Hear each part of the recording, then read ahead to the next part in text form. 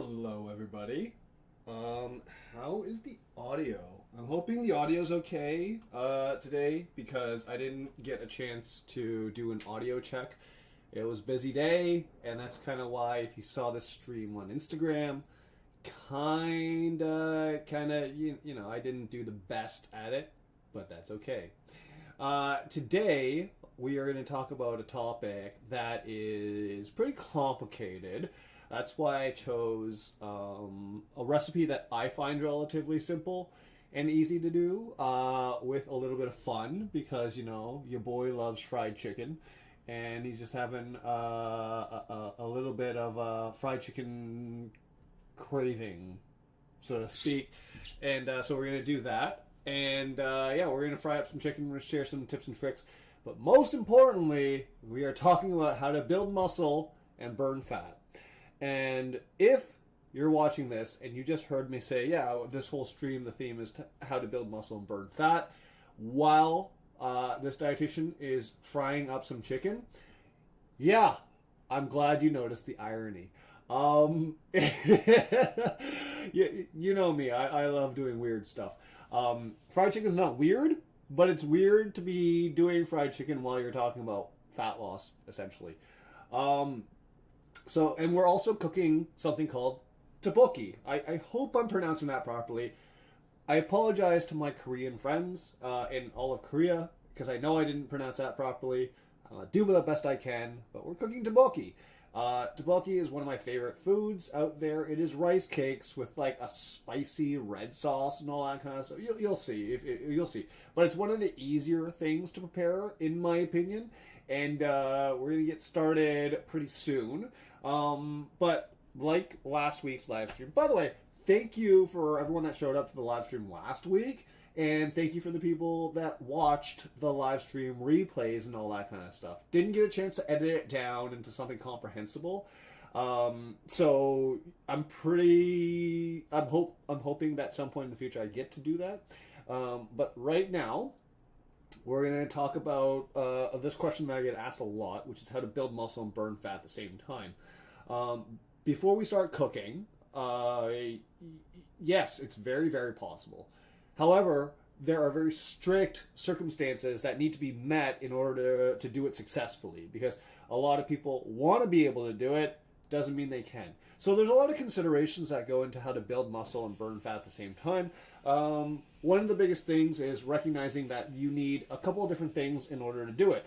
Hormonal stability, a workout program, that good nutritional status, stress management, sleep, lifestyle considerations, which we'll talk about in a little bit, as well as a exercise program that focuses predominantly on resistance training. Now, I know a lot of people are not happy to hear that, but I mean, like, if you're looking to build muscle, you gotta have to accept the fact that you're probably going to be doing a little bit of gym work, some resistance training, and all that kind of stuff.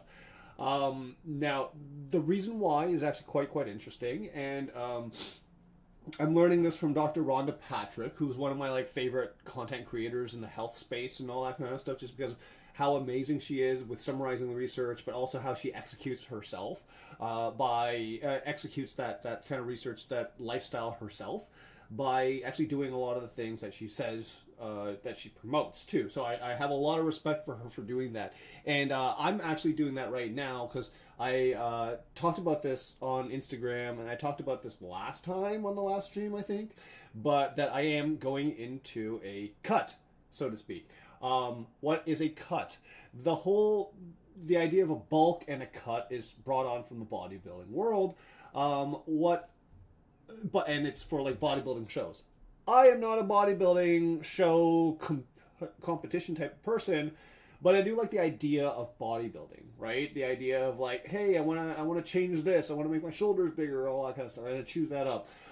So that's what I like to do. And right now, for the past few months, I've been focusing more on the bulk aspect of it. What does bulk mean? Bulk means that the overall goal of what you're trying to do in the gym and for your overall lifestyle is to build as much lean muscle mass as possible. And that's very, very important, because we're building, you need to know what you're doing with intention as opposed to just going through the motions, grinding the gears, and all that kind of stuff. That's the biggest mistake that I think I made when I was younger. But I got away with it because, of course, testosterone, hormones, youngerness, and all that kind of stuff. But now that your boy is in his late 30s, things don't work out quite the same way. So it's not that metabolism is slowing down, because metabolism is actually largely dictated by organ function more so than physical activity. It's just the responsiveness. I don't have those extra boosters like high testosterone counts or growth hormone releases the same way I did when I was younger. So now everything that I do has to be more intention. And of course, what happened, the reason why I went to the bulk is because for a period of years, because of COVID, wasn't able to lift the way I was able to lift prior to that. After lockdowns lifted and all that kind of stuff, I got a lot of anxiety around being around crowds and a lot of social anxiety. So what I couldn't just go to the gym, and the gym in my building, which is great, didn't have heavy enough weights. So it got to the point where I maxed out the effectiveness of the workouts with the weights in my condo gym, which go up to like 60 pounds, and there's like a multi-purpose cable machine and all that kind of stuff. But I needed like real weights, like heavy weights and all that kind of stuff. So I decided in February of this year that I would get my gym membership at the local gym near my house and focus on a bulk for about 2 to 3 months. Now, why am I talking about the bulk for 2 to 3 months? Is because generally speaking, anytime you change a workout program or an exercise program, it becomes maximally effective for about 2 to 3 months. After that, your body starts getting used to the type of stimulation you're doing, and then what you get is a reduced return on investment. So you could be working out twice as hard, but getting back half the results. I don't like that because personally it's discouraging, and it's a motivation thing. And the way my ADHD works is I always want to be improving something.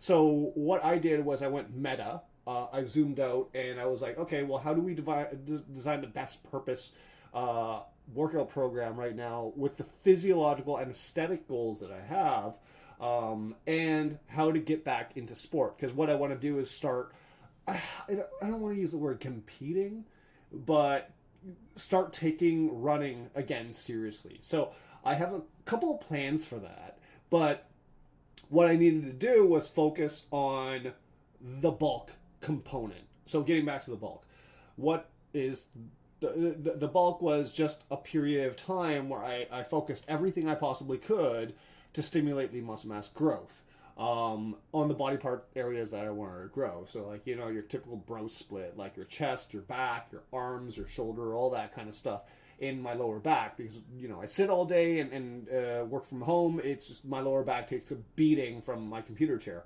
So what I wanted to do was just focus for 2 to 3 months on the bulk, and last week I entered the cut.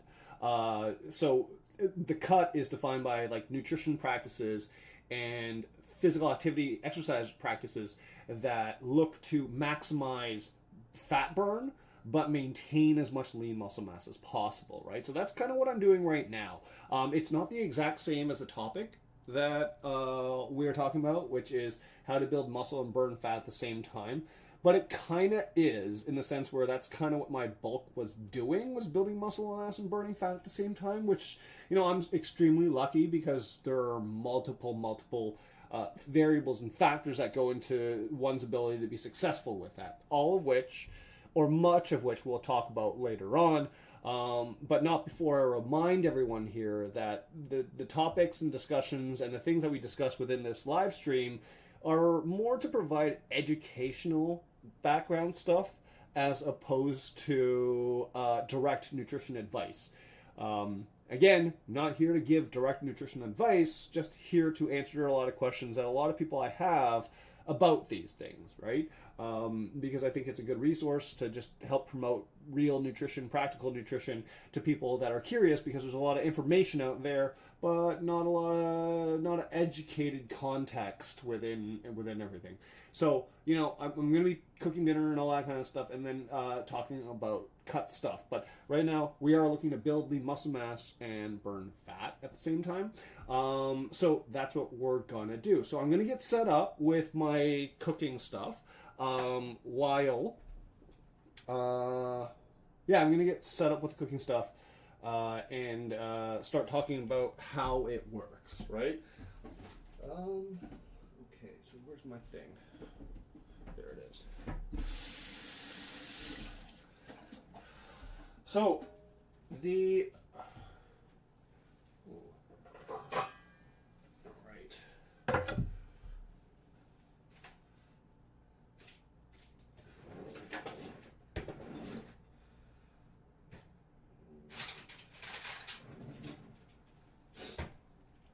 So, I'm going to get this stuff ready. But let's talk about how building muscle and burning fat works at the same time. Despite a lot of people's popular beliefs, this is a very, very possible thing. But there are a lot of circumstances that must be kind of met in order to do it successfully. Otherwise, and that's why a lot of people think it's impossible, is because there's so many circumstances that need to be met in order to do it. But generally speaking, it is. It is very, very possible. But you have to be able to know if it's possible for you. And this is what I cover with my clients. This is what we talk about a lot, is whether or not this program is right for us or whether or not they need something a little bit more slow and a little bit more intentional. So how do we build lean muscle mass and burn fat? One of the biggest things that we know now is how important resistance training is for any kind of body composition change goal. Body composition change is technically the term that I should be using, but I don't think it's well understood. Body composition change is how to build muscle and burn fat at the same time, how to get something, working again and all that kind of stuff, how to maximize everything.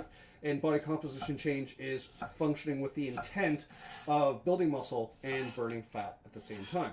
It's very, very possible, and we do it I do it in many, many populations, like the athletic population, my athletes that need to change weight for their sport. Let's say, for example, a wide receiver that put on a little bit too much weight in the off season. How do we, make it so that they're losing a little bit of fat without and increasing speed without losing their performance, right? These are the things that we kind of consider.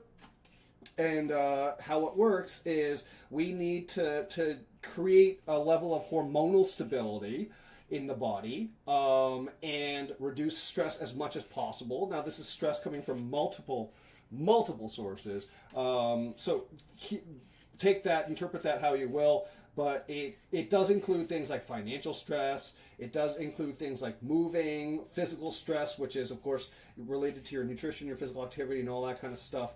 There's a lot that's going on with that. But what essentially has to happen is we're looking at building, choosing an exercise program that focuses on resistance training and fat burn within the right optimal environments and all that kind of stuff for how to do that. We'll talk about that when we talk about exercise types and considerations. But from the perspective of how it works, is what we're looking to do is build lean muscle mass, optimize the lean muscle mass around the points in time for physical activity. So really what we're doing is controlling nutritional intake, but in order to maximize lean basal metabolic rate, your metabolism, and in hormonal stability, while we give the body optimal amounts of carbohydrates and nutrition to stimulate lean muscle mass development. And then after your physical activity is done, what we can do to shut that down in terms of the growth aspect, but optimize fat burn. Now that really comes down to manipulating your macronutrients throughout the entire day. What that looks like, for the lack of a better term, is just making your nutrition intake kind of specifically around your carbohydrates like a bell curve. So where your breakfast is low in carbohydrates, then it rises up towards the middle of the day, and then we bring it down towards the end of the day. There's multiple reasons for that. But the reason being is because high carbohydrate intake in the morning can be very, very problematic from an insulin resistance standpoint or an insulin sensitivity standpoint. One thing that I see clients do all the time that is a giant mistake is eat a very heavy carb-based breakfast and not have any protein in there. It's not that carbs are bad for breakfast, it's just that carbs need to be looked at in a different way under this nutrition plan. So what we're trying to do is not cause blood sugar spikes or blood sugar rushes or whatever you want to call them, blood sugar fluctuations at all, because those are the hormonal environments that cause fat gain and fat retention and all that kind of stuff, is unstable blood sugars, which is of course related to the hormonal status thing I was talking about. We want our carbohydrate intake to largely surround our physical activity. So for the majority of the time, you should be having the most amount of carbohydrates immediately after your workout and a good amount of carbohydrates before your workout. That's how we normally do it. And then outside of that, we try to reduce carbohydrates as much as possible. So for myself, depending on when my physical activity is in the day and what type of physical activity that is, again, we'll talk about it a little later, I like to have very little carbohydrates in the morning. There's multiple reasons for that. I don't like to have a lot of carbohydrates in the morning, largely because I don't sleep well, usually. I have like some pretty disturbed sleep patterns thanks to insomnia and other things going on, largely because I'm a night owl. So what happens is, if you don't sleep well, that's a major consideration that you need to have in towards how this is successful. Because if you don't sleep well, your insulin sensitivity is a lot higher in the morning, and if you have a lot of carbohydrates for your breakfast, your blood sugar spikes up, then it drops down. That's a major problem for a lot of people that exercise early in the morning, largely because that can create something called a rebound hypoglycemic event, where at the beginning of your exercise, your blood sugars get absorbed back into your into your muscles and retained by your body because you don't have enough carbohydrates to fuel that workout. So I like to kind of avoid carbohydrates for breakfast, just focus on proteins and fats and vegetables and all that kind of stuff. And I'll do like a what I eat in a day kind of video for this sometime soon. And what that does is it forcing the body to digest and process protein in the morning is giving it what it needs, because that's the easiest way to allow the body to start building lean muscle mass. Because if you can give your body protein first thing in the morning, that helps control pretty much everything else for the rest of the day from a nutrition standpoint, right? So the carbohydrates are on a bell curve with the highest point of that bell surrounding the physical activity or midday during lunch. Now, the reason why is because the body, from a hormonal perspective, optimizes carbohydrate digestion during daylight hours and not nighttime hours. The circadian rhythm is deeply impactful in regards to how successful you are with this. Circadian rhythm meaning how your body, the UV receptors in the eyes respond to the presence or lack of daylight, because the body has different hormonal goals during the day versus at night. During the day, the body digests and absorbs carbohydrates much, much better at nighttime. So that's why it's kind of like a bell curve. That way you can make sure that your body is optimally digesting those carbohydrates that surround your physical activity. And the other, so that's what we're looking at. In regards to protein considerations, your protein intake should be stable throughout the entire day. What does that mean? It largely in North America, what I see is, and this is a cultural thing, I think, where North Americans, for the most part, have very, next to no protein in their breakfast. There's a little bit more protein in their lunch, but then all the protein happens at nighttime. This, to me, is a disaster from a hormonal standpoint. The reason why is because if you're not hitting your protein targets throughout the day, and then you overeat at lunch, at dinner time, it's not like your body's going to absorb all that much more protein. For general population, you typically can absorb about 30 to 35 grams of protein per meal, roughly around there. Now, there are exceptions to the rule. If you're already a really, really big person with a lot of lean muscle mass and a lot of very little fat mass, you're going to absorb much more than 30 to 35, right? Again, this is for the general population. So it doesn't make sense to have, for example, what I typically see is if I do a nutritional breakdown for a client's meal, I see 5 grams of protein at breakfast, 15 grams at lunch, and then like 75 grams at dinner or something like that. Something massive, something ridiculous. And that's a major, major problem because this creates hormonal instability from a muscle protein synthesis standpoint, MPS. What MPS, or muscle protein synthesis, is the eating environment that stimulates lean muscle mass development, or allows the body to stimulate lean muscle mass development. It is a point of communication to the body, being like, hey, we have enough nutrition to be able to build lean muscle mass. So rather, what I typically get people to do is try to aim for 30 grams of protein at every single meal, including the post-workout nutrition plan throughout the day. That's much, much more effective at maintaining hormonal status throughout the day, of allowing the body to engage in muscle protein synthesis. So what is muscle protein synthesis? Well, muscle protein synthesis is basically a hormonal condition within the body. It's the opposite of starvation mode. It's where the body is like, okay, there's enough protein coming in regularly enough for us to allow the hormonal change in the body to build lean muscle mass. That's fundamentally it. So this is the way you eat protein determines how the body is going to respond to the stimulus that you put into the body, right?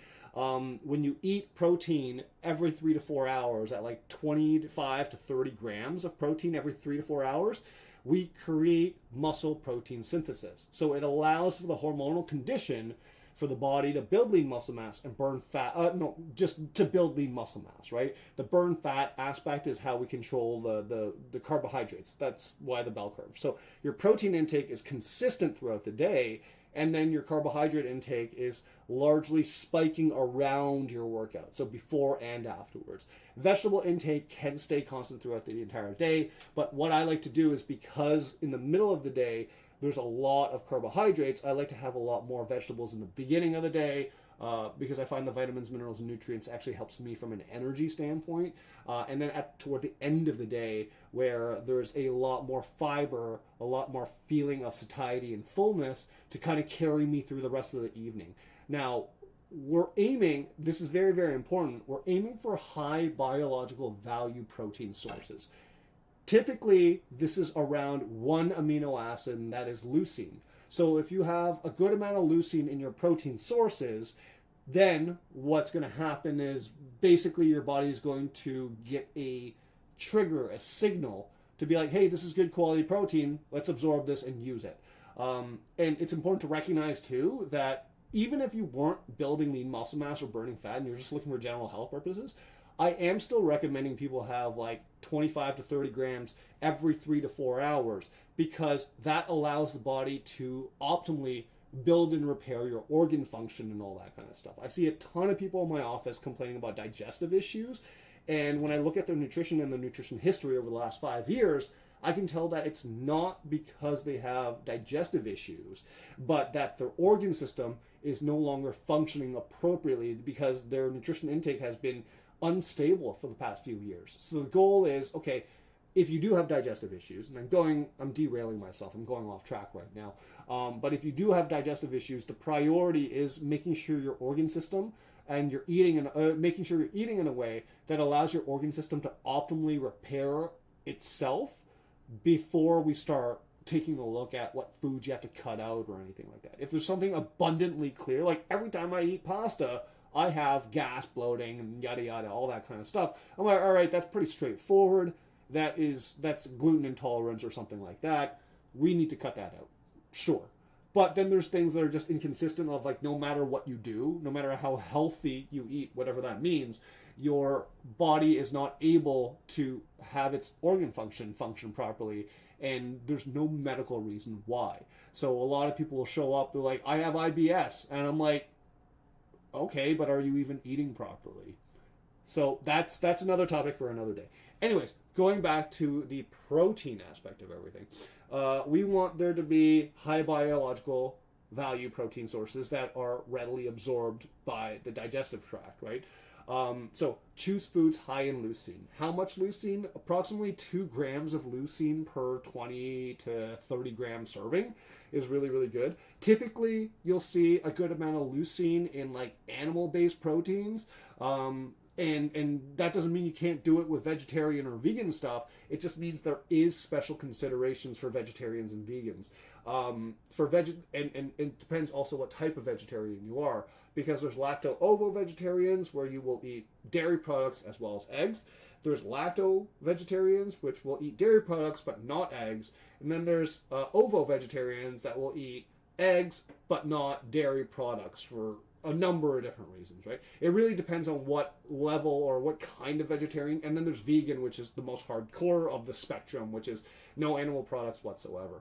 The concern with this ultimately is that protein is much more complicated than just I eat 5 grams of protein, I absorb 5 grams of protein, because it's always dependent on the presence of a heme group within the proteins that are present there, which is why animal proteins from a protein digestibility corrected amino acid score, so PDCAAIS, what that does is it dictates how well the protein will be absorbed in the body compared to everything else. It's important to recognize that vegan and vegetarian protein sources that aren't like the lacto-ovo kind of stuff, we're just talking about vegan sources. Vegan protein sources are absorbed at about a 50 to 60% capacity. So the proteins found in beans, lentils, legumes, quinoa, all those kind of proteins are absorbed at 50 to 60% capacity. So one of the most popular vegan supplements out there, protein powder supplements out there, for example, I'm not going to name names because, of course, I don't like doing that. But if, let's say, one of the most popular ones out there is like 30 grams per dose, per serving. The challenge is, if it's a vegan protein source, which, of course, again, this is a vegan brand, that 30 grams that it gives you, you're only absorbing half of that. So about 15 grams, which is a problem. Because you need about like 25 to 35 grams of protein after your workout in order to stimulate the muscle mass. And there's different considerations for that too. So we'll talk about that later on. So that's a problem. That's what we need to know from vegetarians and vegans. And for lacto-ovo and ovo vegetarians, what you need to know is if you combine an animal-based protein source together with a vegan protein source, so let's say you had beans, lentils, and legumes with some cheese on them. Well, believe it or not, the protein in the cheese, because it has a heme group attached to the protein source, it actually increases the absorption rate of the other proteins, the vegan proteins. So all of a sudden, it gets brought up to the level of whatever protein is there. Let's say, for example, dairy proteins, whey and casein, are absorbed at 90%. If you combine cheese, which has casein in it, together with your beans, lentils, and legumes, all of a sudden your 50% absorption at the beans, lentils, and legumes goes all the way up to 90% because of the presence of the heme group. So for lacto-ovo and ovo vegetarians, it's a strategy of combining proteins together in order to make sure that the absorption rate increases. For vegans, though, it's really, really, really dialing in and paying attention to how much protein you're eating and then multiplying that by 1.5. So like in terms of vegan protein sources and all that kind of stuff, we're probably aiming for like 45 grams per dosage in order to absorb 22.5 grams. Now, take that for where it is, but that's how we get vegans to basically do the same things that they need to, is just those kind of considerations. So, but going back to this, like animal-based proteins, so the animal-based proteins that we have, like chicken, beef, pork, fish, all that kind of stuff, that is going to be absorbed at typically 80 to 90%, 95%.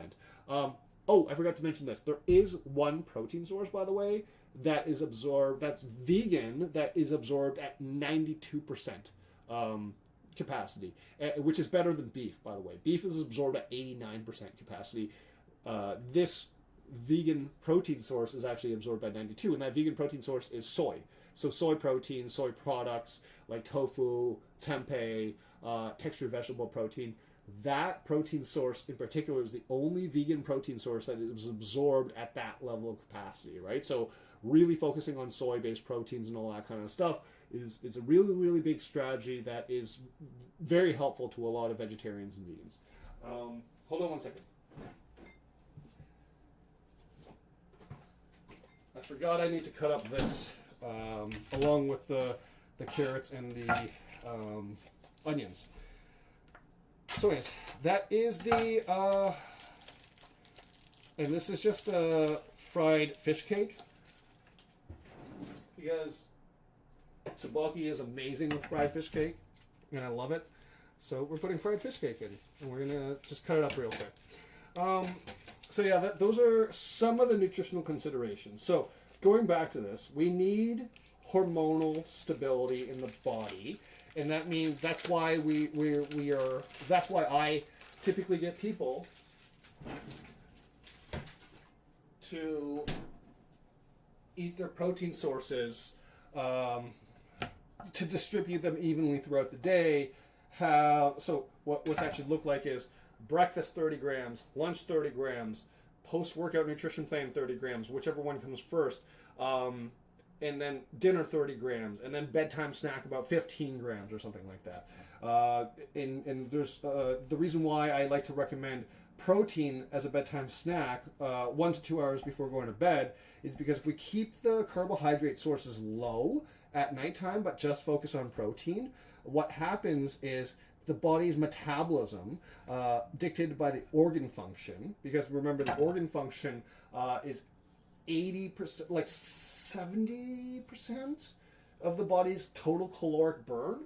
So if we can keep that digestive system going overnight and digesting proteins and low amounts of carbohydrate, then what happens is your body is increasing your metabolism overnight and forcing it to burn fat by digesting the protein. And then here's a fun fact too, a lot of people, because they're not hitting the protein targets optimally throughout the day, they can't sleep properly or they have disturbed sleep too. So a lot of people actually don't know that sleep quality is tied to nutrition and your nutritional status. So that's typically what I get people to do from a protein standpoint, is have even amounts of protein throughout the day, have the even amounts of protein throughout the day. The carbohydrates, again, kind of like a bell curve, low in the morning, going up towards lunch around your physical activity, and then down again towards dinner, tapering off with a higher amount of protein throughout at nighttime as well. So that's typically what we do there. And then, vegetables, right? Vegetables high in the morning, lower at lunch, high at dinner, and then if more are needed, then throw vegetables in wherever, right? That's kind of what we do. Sound good? I see there are 4 people here. Very exciting. Just to let you know, if you have any questions about anything I've said, feel free to type in the chat box any questions, because I'm sure if you have a question, then other people are going to want to know too, so for the replay and all that kind of stuff. So cool. And also don't forget to like and subscribe. Anyways, that's how it works. The nutritional side of things, anyways. We're creating an optimized state for your body to function by digesting protein at regular intervals, which increases the metabolism to allow it to burn as much fat as possible. One of the biggest things with the kind of the North American issues I was describing, where it's like low intake of protein at breakfast, low intake at lunch, and then high at dinner, what ends up happening is that decreases the amount of time the digestive system will be active for, right? Because if your diet is higher in carbohydrates, the body can digest carbohydrates very, very quickly. It doesn't do a lot of work in order to do that. In terms of proteins, fats, and fiber, though, like coming from vegetables, the body does a lot more work in order to digest those foods. So what we're doing is we're basically distributing the foods throughout the day to allow your metabolism to work with you, not against you. Remember, your metabolism is about 70% of your total calories spent throughout the day. And the reason why the beautiful thing, aside from the protein distribution every 3 to 4 hours, is that largely,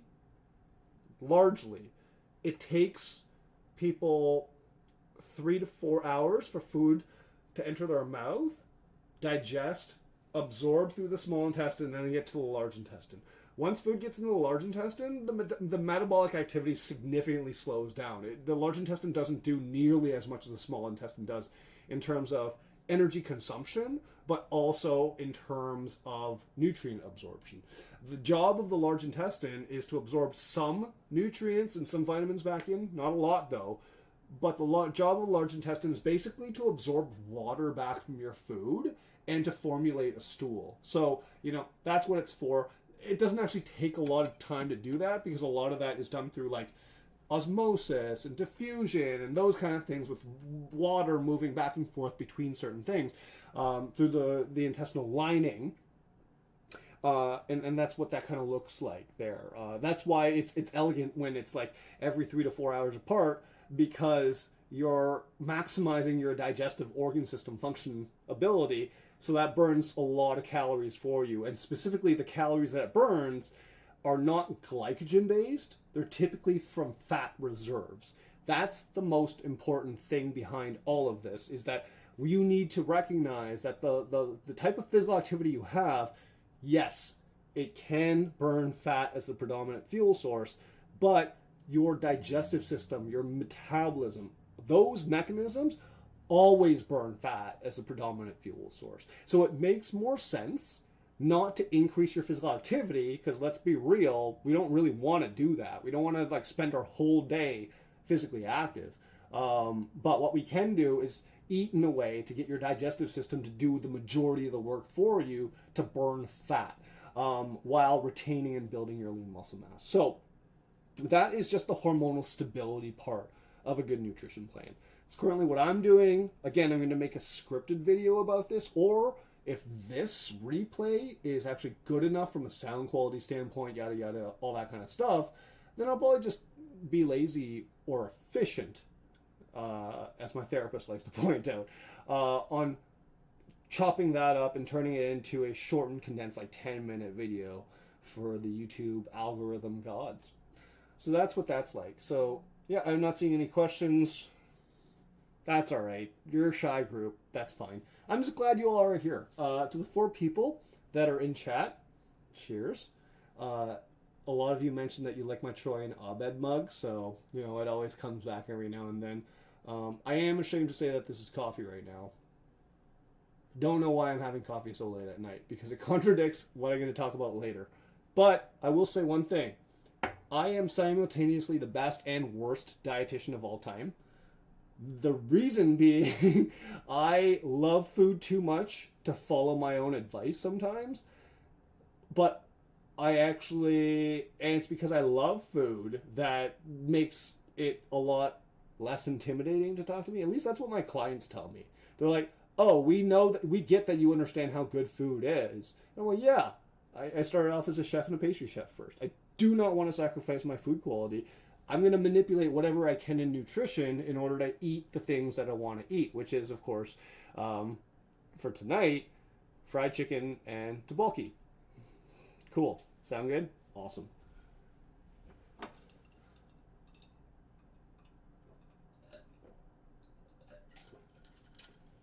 Sorry.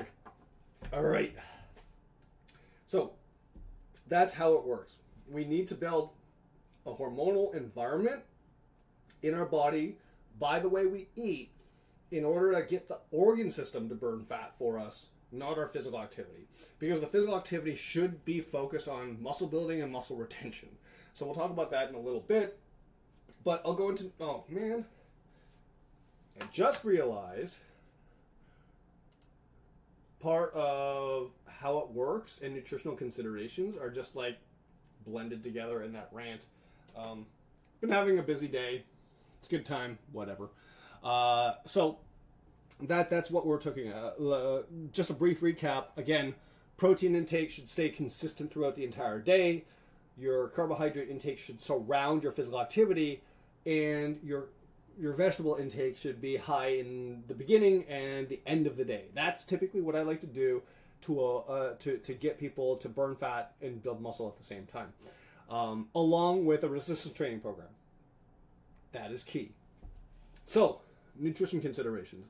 That's the overall plan, right? So why are we talking about surrounding your workout with physical activity? Well, last stream we talked a lot, 3 hours in fact, about pre-workout nutrition considerations, what to eat before a workout, and we talked about the different considerations you have to have. So what to eat before high intensity physical activity, steady state intensity physical activity, aerobic metabolism, and all that kind of stuff. Those are all in the previous one. And I'm going to have to make a scripted video on that at some point, which makes it a little bit more tolerable, but we'll get there when we get there. But right now, I'm just glad that we have a bunch of viewers in the stream today, and that works out really, really well. So, nutrition considerations. Let's say you're doing what I'm saying is high protein in the morning. Why do we eat the majority of our carbohydrates surrounding the workout? Well, from last time, we remember that if you refrain from eating carbohydrates 90 minutes before your workout. So let's say you work out on an empty stomach. There's no carbohydrates in your system whatsoever. Then what will happen is your body will refrain from using glycogen as a primary fuel source and preferentially burn fat. Now that sounds like a good idea, right, on paper, but in terms of execution-wise, it's not the best idea because considering what type of workout you're doing. Like I said last time in the first stream, the majority of workouts are actually anaerobic energy workouts. So the type of workouts that burn carbohydrates is the predominant fuel source. What this means is if your body's withholding carbohydrates from the workout, you're going to get a bad quality workout. So if you go for a high intensity workout first thing in the morning without eating, you're going to really, really start to notice over time that the workout quality is suffering. You can't finish the workout. You're getting tired. You're getting exhausted. You feel like your endurance is going down. And it's really because of the fueling aspect. Like in the beginning, if you do a fasted workout, you'll probably feel good for about like 2 to 3 weeks. And that's your body compensating with additional stress hormones, growth hormones, and all that kind of stuff to allow you to get through the workout. But by no means is that sustainable, which is why usually when people start doing intermittent fasting and fasted workouts, they won't shut up about it for the first month, and then after that, you really notice them not talking about it anymore. It's kind of like, oh, I started fasting. It's become their personality altogether. So you know that it's because it's so great. Like I get it. If you discover something that's working for you, why wouldn't you want to tell the world, right? But just keep in mind, it's not nutrition advice that you're getting. You're just hearing someone's review on what they're doing. And those reviews don't last long. They really, really don't. So that's important. So within 90 minutes of your workout, you want to eat some carbohydrates. So having like a serving of fruit before your workout is very, very important because it allows your body to use the right energy pathway, which is anaerobic. And remember, if you're fueling properly and refueling properly, your body's glycogen stores will be, you have roughly about, I think, 150 grams of glycogen stored through the muscle throughout your body and an additional 50 stored in your liver. And this is important too. It depends what your workout looks like. If if you're using big muscle groups, then you have a little bit more energy towards that, but not really because those big muscle groups burn glycogen a lot faster too. I'm rambling right now. Sorry. But anyways, getting back on track. You want to have carbohydrates roughly 90 minutes before your workout so that your body can properly utilize the stored carbohydrates in the active muscle groups that you're going to do. So let's say, for example, I'm doing a chest workout and a push workout that day. So chest, shoulders, and triceps and all that kind of stuff. I definitely want to eat carbs 90 minutes before the workout so that I can use the stored forms of glycogen in my body in order to do the reps and do the push workouts and all that kind of stuff. And then what I want to recognize is after that workout, and we'll talk about what workouts are important and what considerations are important in the next little segment. But those specific things, having your carbohydrates before, even during, sometimes, depending on what your energy levels are feeling like. So like a little Gatorade or sports drink with a little bit of electrolytes in it can really, really help you continue to fuel that workout. But the majority of your carbohydrate intake needs to be after that workout. Now, the reason why is because we have to understand that, after your workout is when your body utilizes carbohydrates in the best possible way. So if you have a high intensity workout, you want to eat carbs 90 minutes before your workout so that your body can properly utilize the stored carbohydrates in the active muscle groups that you're going to do. So let's say, for example, I'm doing a chest workout and a push workout that day. So chest, shoulders, and triceps and all that kind of stuff. I definitely want to eat carbs 90 minutes before the workout so that I can use the stored forms of glycogen in my body in order to do the reps and do the push workouts and all that kind of stuff. And then what I want to recognize is after that workout is when your body utilizes carbohydrates in the best possible capacity, right? So let's understand what carbohydrates do in the body. Carbohydrates are not only responsible for fueling the pathways that require carbohydrates as the fuel source, so like your brain activity as well as physical activity, like higher intensity physical activity, but what they do indirectly is they release a hormone called insulin when you eat them. What insulin does is it helps reduce your body's blood sugars back to normal. That's what it's supposed to do, but it has a specific impact on the anabolic side of things. What that means is anabolic means that your body is going to build. What it builds based on the carbohydrate intake that you have is dependent on the stimulus that you put in front of it. So let's say you have a lot, and this is why I don't eat a lot of carbohydrates in the morning, because I don't exercise first thing in the morning. But let's say, like when you have your workout, you're telling the body, I'm stimulating it, or I would like it to grow lean muscle mass. That's what you're doing, right? Depending on the quality and intensity of the workout, which we will talk about later. What your body will do once it receives that physical activity stimulus to grow lean muscle mass, then afterwards, as long as you're meeting those right hormonal nutritional considerations, it will take the majority of all the carbs you eat and it will put it towards building lean muscle mass, repairing, refueling your muscle glycogen stores. So let's say, going back to the chest example, I did a whole bunch of chest workouts, shoulder workouts, and all that kind of stuff. If I eat properly afterwards, then our body, the carbs that I eat will all go towards refueling the muscle groups that were just physically active, right? So the challenge is, if you don't have a stimulus before your carbohydrate intake, you're not telling, your body still has the anabolic effect from the insulin, meaning it's going to grow something, but because the active stimulus, there was no active stimulus before the high carbohydrate meal, the stimulus then ends up being, yeah, we're going to grow fat because of this, for the most part. It's a very simplified explanation I just gave you, but that's what we're here to do, helping you to put context behind the nutrition and the execution and all that kind of stuff. So, like I said, the majority of your carbohydrates surrounding your workout. So roughly for myself, I have about like 30 grams of carbohydrates before my workout, and roughly like 60 to 90 grams of my carbohydrates after the workout, because this is where your body's going to take those carbs, it's actually going to absorb them and do like really good stuff with them, like building muscle mass, and not cause blood sugar fluctuations, all that kind of stuff. So it's important to recognize that I'm doing that. Now, the reason, so typically speaking, my workouts are in the middle of the day. I'm lucky enough to be able to create my own schedule now, and I don't have a lot of clients in the middle of the day. I either have clients very early in the morning and then later on at night, but not a lot that I take in the middle of the day. So usually in the middle of the day, that's why you'll see me on my Instagram account posting my workout photos and videos and all that kind of stuff, is because I get a chance to go to the gym in the middle of the day. I'm very blessed and very lucky to be able to do that, right? I'm very, very happy about that. And that is the most optimal environment. So what I do is I have like a really, really big lunch after my workout, so that for the rest of the day, I have enough brain fuel, but I'm telling the body to grow while I'm doing client reports, working with clients, all that kind of stuff. And my body is actively building and repairing lean muscle mass for me. And largely because I did the biggest stimulus. I told the body, hey, this is the workout. This is what I want to do. I want to grow this. So I'm going to eat in a way that supports that growth, right? So that's the important thing. Getting a good post-workout nutrition plan. And that's going to be for a different stream, how to create a good post-workout nutrition plan. I'm just sharing a little bit about what I do in the whole process. So there's that.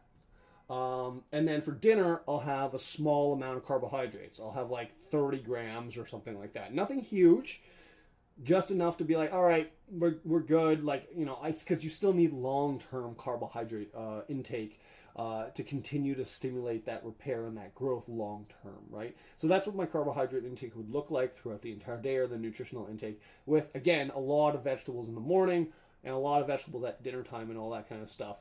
But I will say that that's what I do because that's what my workout timing is. We'll talk about that later on and how to make sense of it for you. But yeah, that's the nutritional considerations I have. So what did we talk about? The biological value and the absorption rates of proteins. And I'm not vegetarian or vegan anymore. So I do not have to worry too much about that. My protein sources are always going to be well absorbed, fortunately for me. And I should do a stream one day about how to do this for vegetarians and vegans. And I feel sorry that it's like left out, but it's like, you know, there's special considerations for everything. So there's that, and then I'll have so those are the nutrition considerations for how to build lean muscle mass and burn fat. Now I'm starting to get a little hungry, so instead of talking, I'm gonna start cooking a little bit more. So switching gears real quick, I gotta get the oil ready to go to start deep frying the chicken before I start doing the tteok-bokki, because the tteok-bokki is going to be relatively quick compared to the fried chicken and the oil and all that kind of stuff. So I'm using my Dutch oven in order to fry the chicken. So I'm just going to heat that up soon. And this is important, but I bought a deep frying temperature monitor thing. This is a candy thermometer technically, but we can also use it for deep frying. And this is really, really good because it helps me manage my fry temperatures and all that kind of stuff. So put that in, and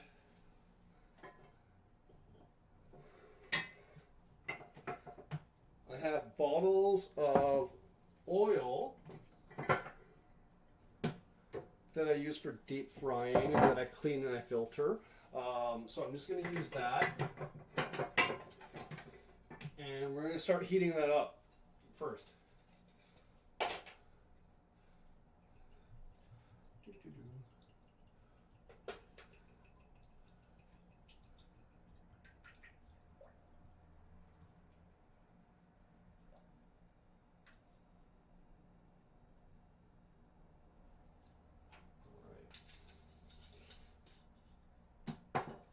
That's 1 liter.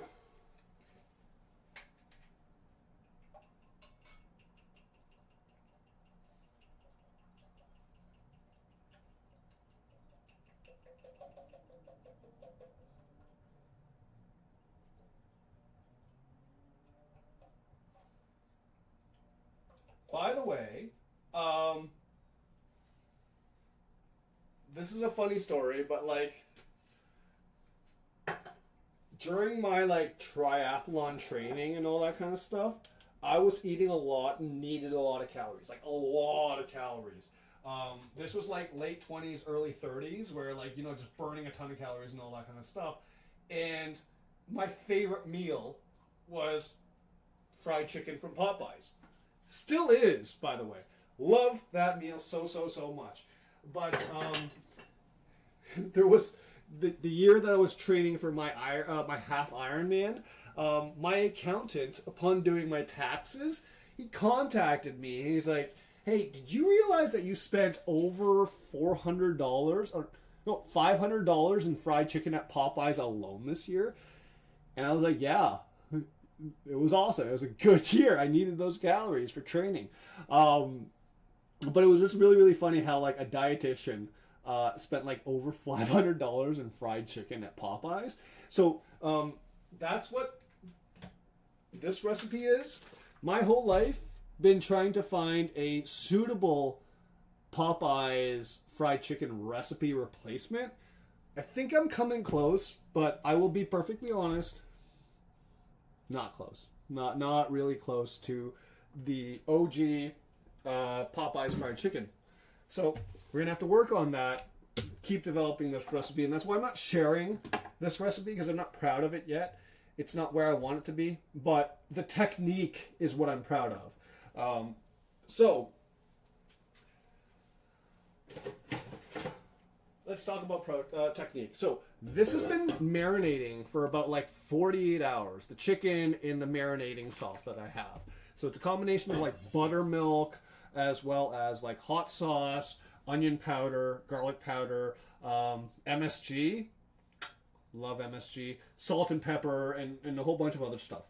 So what I'm going to do now is the dredging process, which is like putting the flour on before it's ready to like just fry and form that crispy skin, right?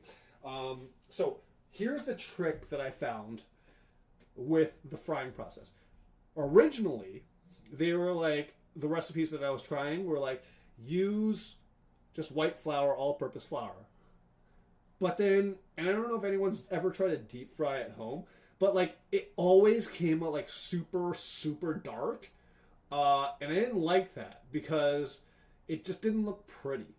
And then what I found out, a large part of the reason why is because what the reason why the chicken and the breading was going like dark was because there's gluten in the flour, obviously.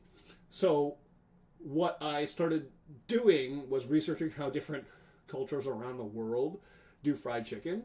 And it's always been impressive to me how the Japanese do fried chicken, which is known as chicken karaage. And the reason why is because chicken karaage has always been very light in its texture, the coloration.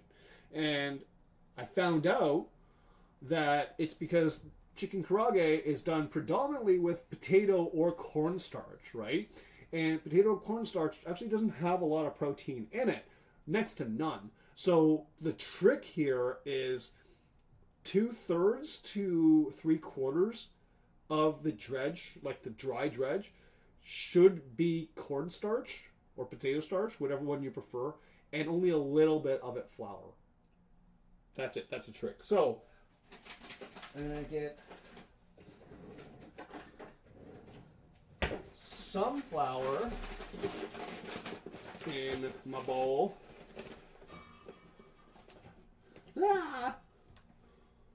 That's about half a cup. And then, where's my cornstarch?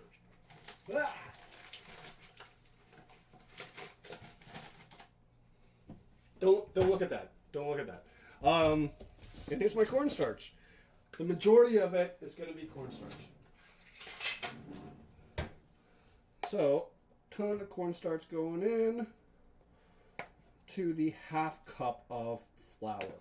This is how I can make sure that my chicken, which is what I'm frying up today, is chicken thighs, because I love me the dark meat. I hate white meat. I really, really do. There's no flavor in it. It sucks. So the majority of this is dark meat, and the reason why that's important is because it cooks differently, right?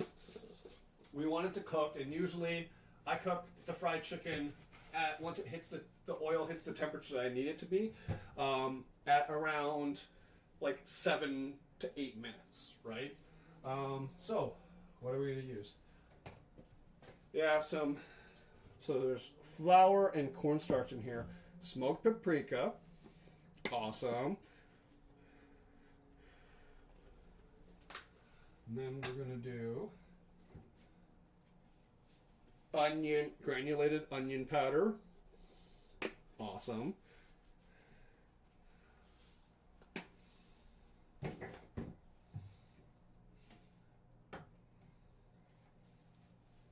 Garlic powder. Don't look at that.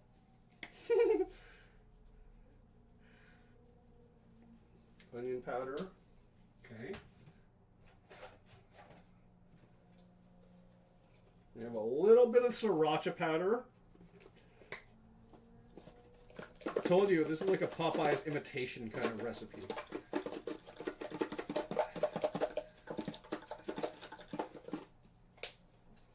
We're gonna do, where's the other one? Cajun seasoning.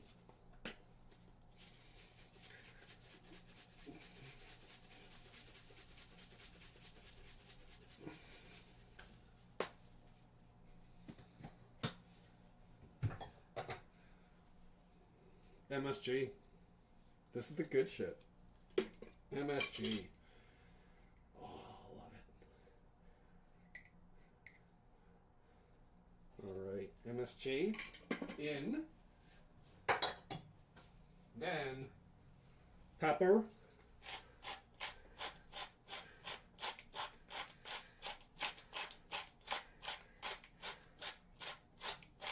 And I think that's good enough. I think that's good enough. Okay.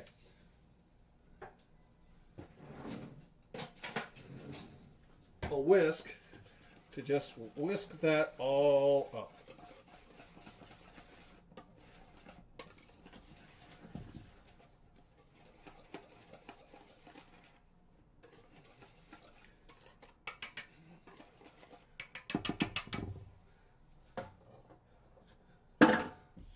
That is our dredge for the chicken.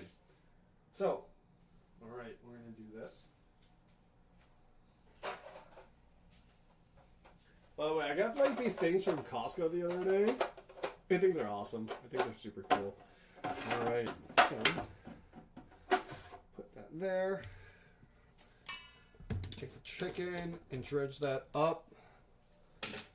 So it's been marinating in the sauce. And what I'm going to do is just start to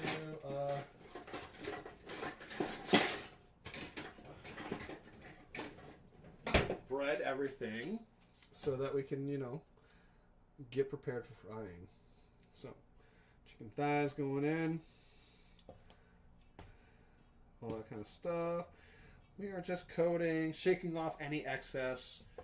And then we're just going to put it down on our baking prep sheet. And then we're going to take more. And then...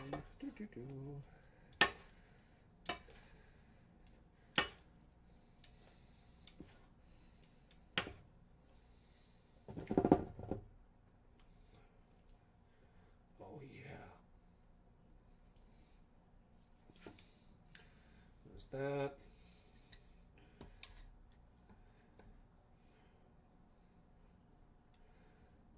That.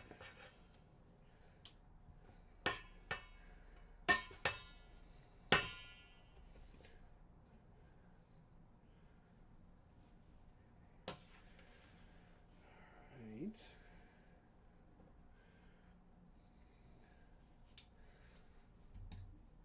So, I mean, for those of you watching right now, you know, you might be asking, why is he not doing Korean fried chicken if he's doing tteok-bokki, which is like a Korean dish?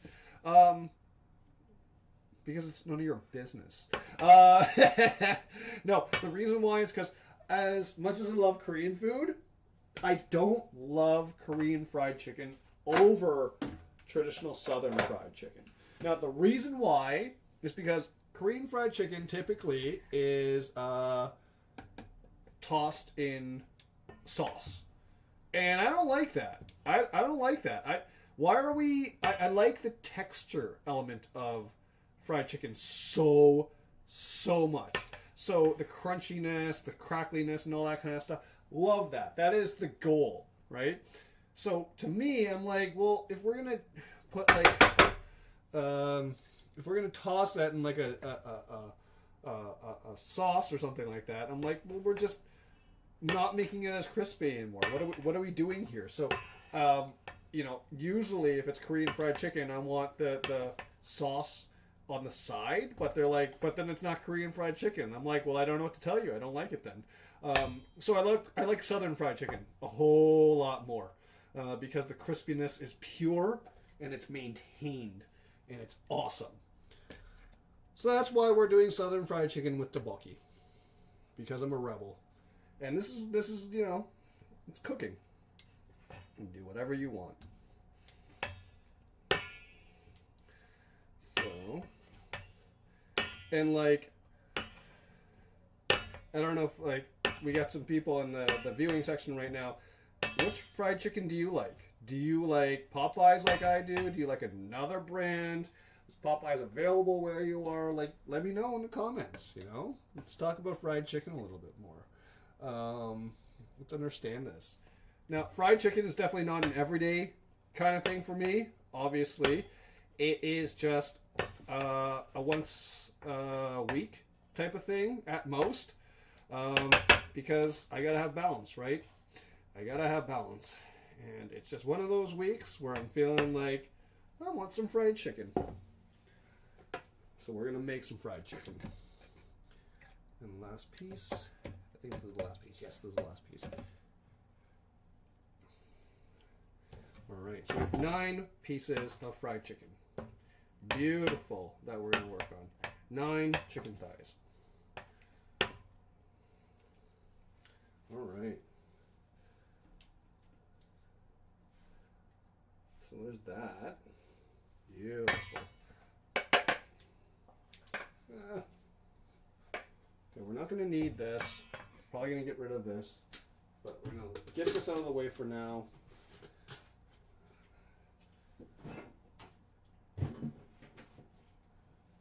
Put that back in the fridge. The temperature of the oil is getting up to like 200 something. So it's looking pretty good.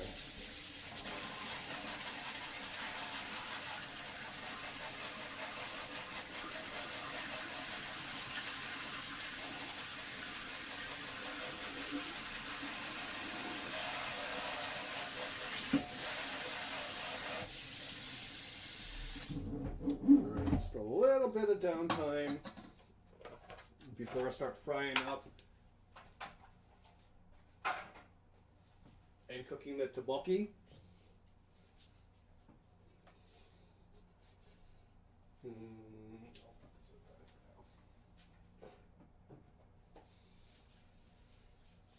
All right.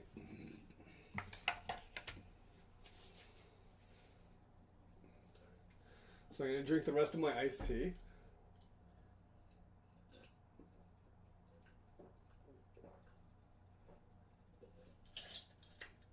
Before I refill it later. And I guess what we should do is start to move everything over to the cooking side of things. So hold on one second. I'm going to put the, actually, I'll just bring it over here, whatever.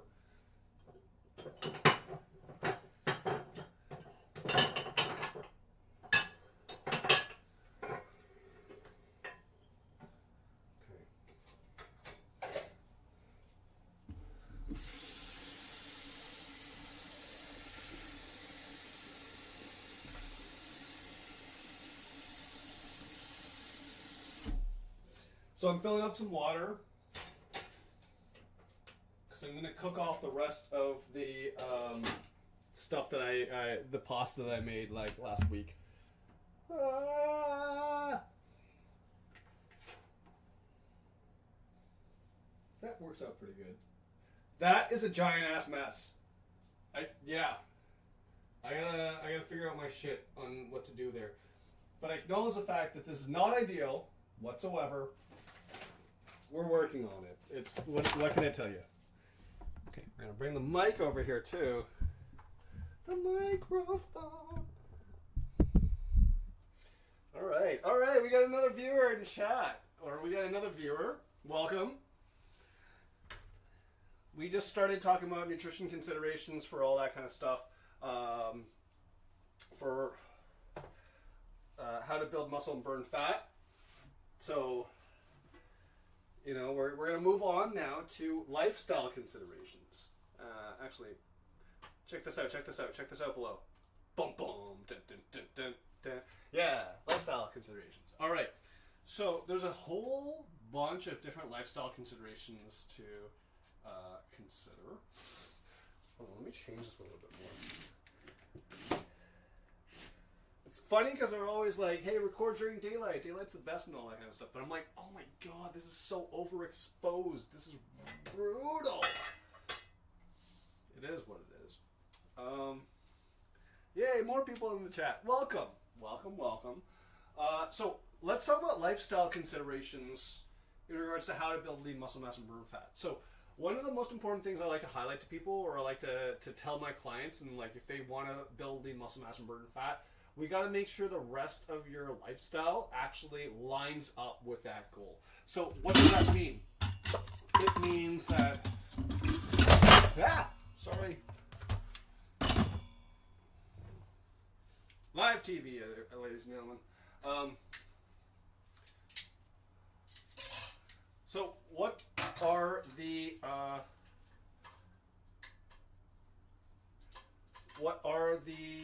lifestyle considerations?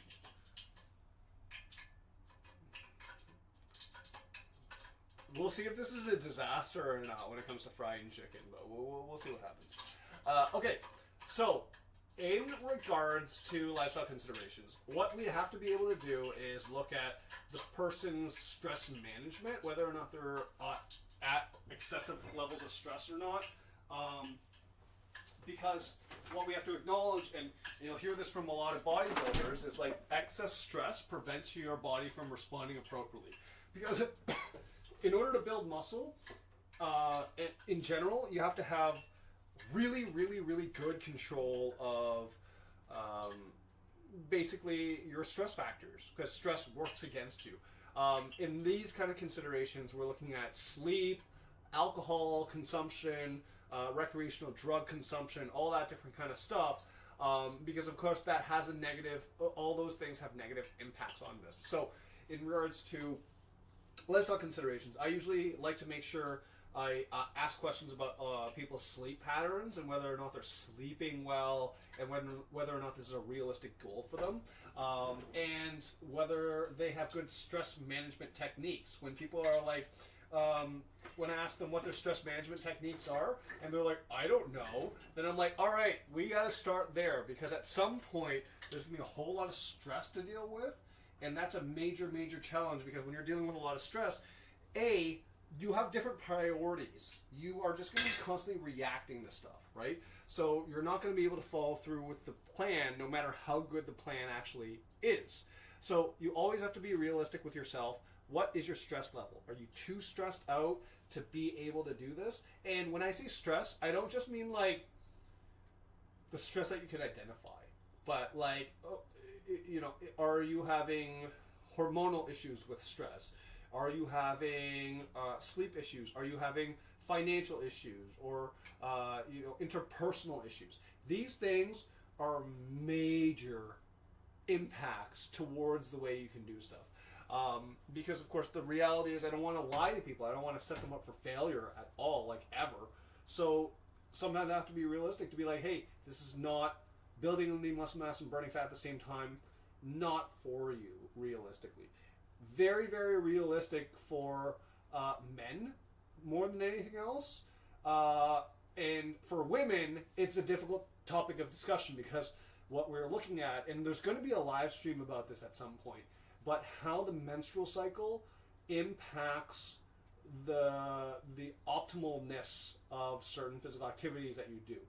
Again, I will be having a live stream about that at some point in the future, but right now, I'm just going to leave it at that. So you, and then of course, when you're working out, there's a lot of people that, for example, when they work like 9 to 5, they're not able to work out at opportunistic times. And for example, if you're working 9 to 5 and you go home and you eat dinner with your family, and your workout is late at night, that's not good. That's a really, really bad thing, because what ends up happening is, yes, you get a stimulus to grow lean muscle mass, but the stimulus is very challenging, because it also creates a stimulus to grow fat on top of that, because you're introducing stress into your lifestyle, right, by working out at suboptimal times. Remember earlier in the stream how I was talking about circadian rhythms? Well, your body is most optimal at building lean muscle mass during the day and burning fat at night. So if you try to turn those things upside down, like if you try to go, I'm going to work out hard at night, and all that kind of stuff, and for whatever reason, let's say you have shift work, let's say you're a firefighter, you have shift work, or you're a nurse or something like that, then what ends up happening is those are factors that determine how successful you're going to be. So always, always, always keep those things in mind. Lifestyle considerations, very, very important, because there's a lot of people that just are in denial about where they are in life and how that's going to impact them and their ability to succeed. And that is important, because if you think you're going to succeed, but really your lifestyle considerations, like you're drinking alcohol a lot and all that kind of stuff, then it really has a negative impact, and it's through no fault of your own. It's just, these are the other aspects that need to go into what are the variables that affect your body's ability to build lean muscle mass and burn fat at the same time. So we're going to be tossing in our carrots and onions real quick. So I'm going to be not really able to talk about it for a while, but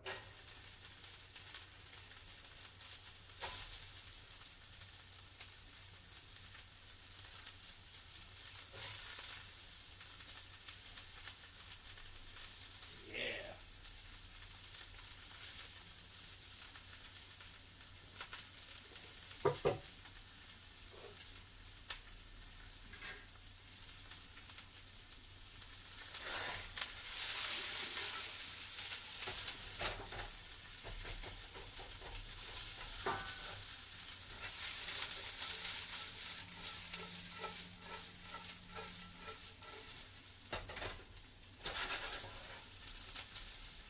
That is on medium heat right now. We're just going to cook this a little bit before we add other things like kimchi in, our gochujang, our soy sauce and all that kind of stuff, and of course our tteok-bokki.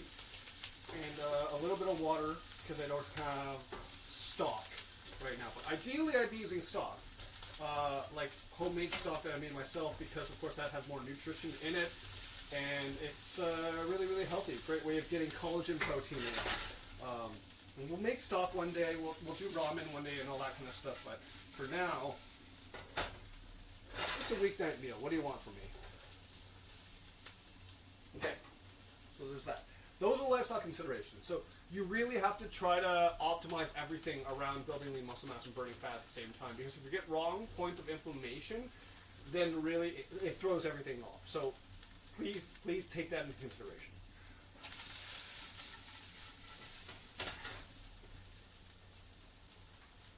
We also have kimchi.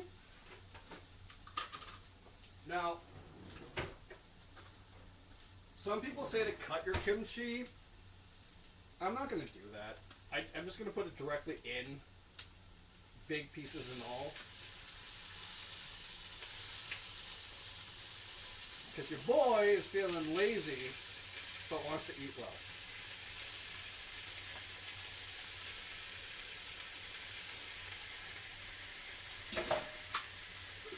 Kimchi, by the way, one of my favorite, like, vegetable hacks, because it's like, you can keep it in your fridge for a long period of time, and it doesn't really go bad, unless you leave it for too long, but it's a great thing to add flavor and nutrition, throw in prebiotics into your nutrition plan. So, big advocate of kimchi for people that don't like vegetables. So give that a try. But anyway, we talked about the lifestyle considerations. So, you know, promoting healthy lifestyle. Yay. Sleep properly. That's the most important thing, because your body does the most building and repair of lean muscle mass overnight. So always want to keep that in consideration. Okay.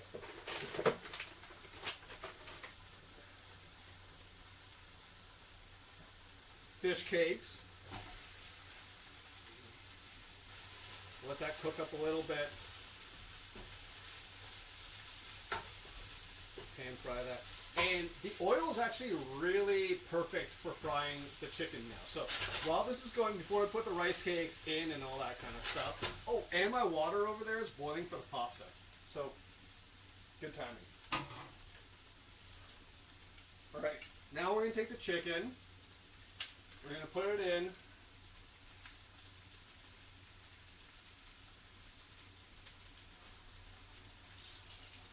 Alright.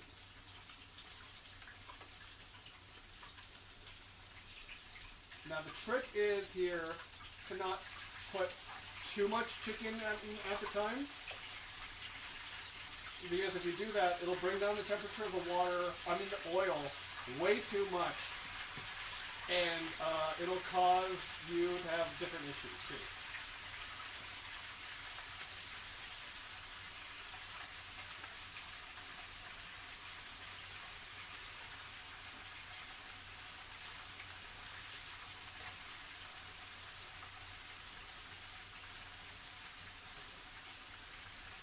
There we go. That's batch number 1 in. And we're going to put a timer on for 7, count them, 7 minutes. Alright, this is looking good. So what we're going to do now is throw in my favorite thing, the rice cakes.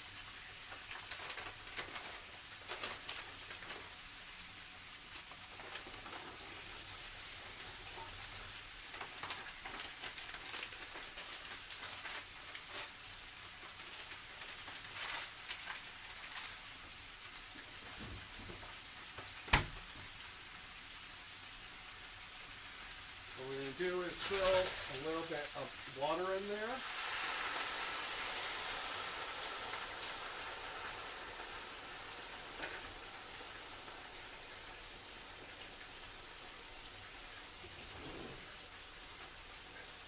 We're going to throw gochujang in there. Gochujang's awesome.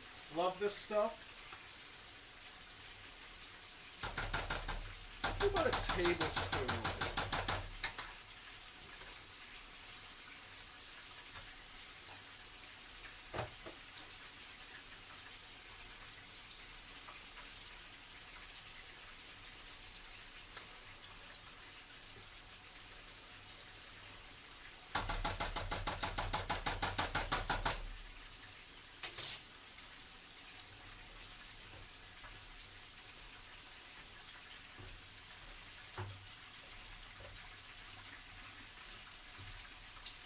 We're also going to add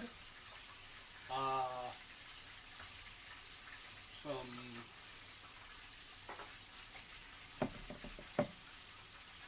soy sauce.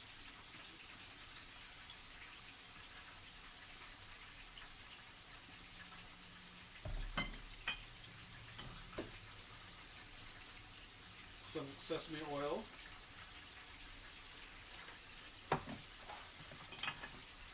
Some cooking wine.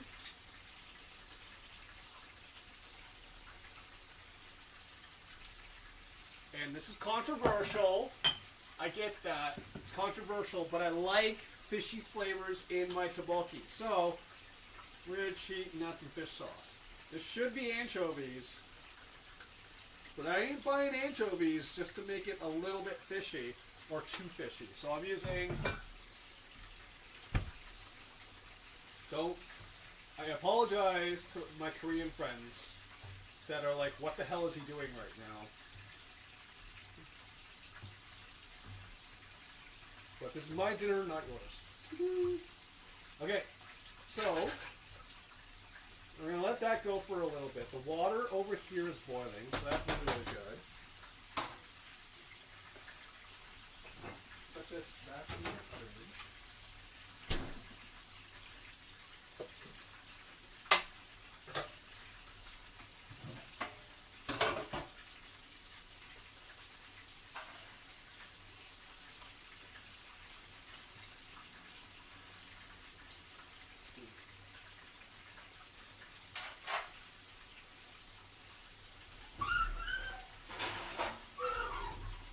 I'm using this thing to put my chicken on because it's got these slits that's going to allow the excess oil to drip through instead of letting the chicken just sit on the excess oil because that's nasty. So what I'm going to do now that this is a little bit good, you know what? Let's bring the camera over. Let's bring the camera over. Okay. So this is the tteok-bokki. This is my point of view. That's what's happening there. We got the chicken going right over there, 3 minutes away. The water's boiling for the pasta. That shouldn't take too long. So what needs to cook is this, and then timing that out with the second batch. So what I'm going to do, just put a quick lid on this so that it could kind of convect cook a little bit, turn down the heat a little bit. And that's what we're going to do, and then focus on the oil and the chicken.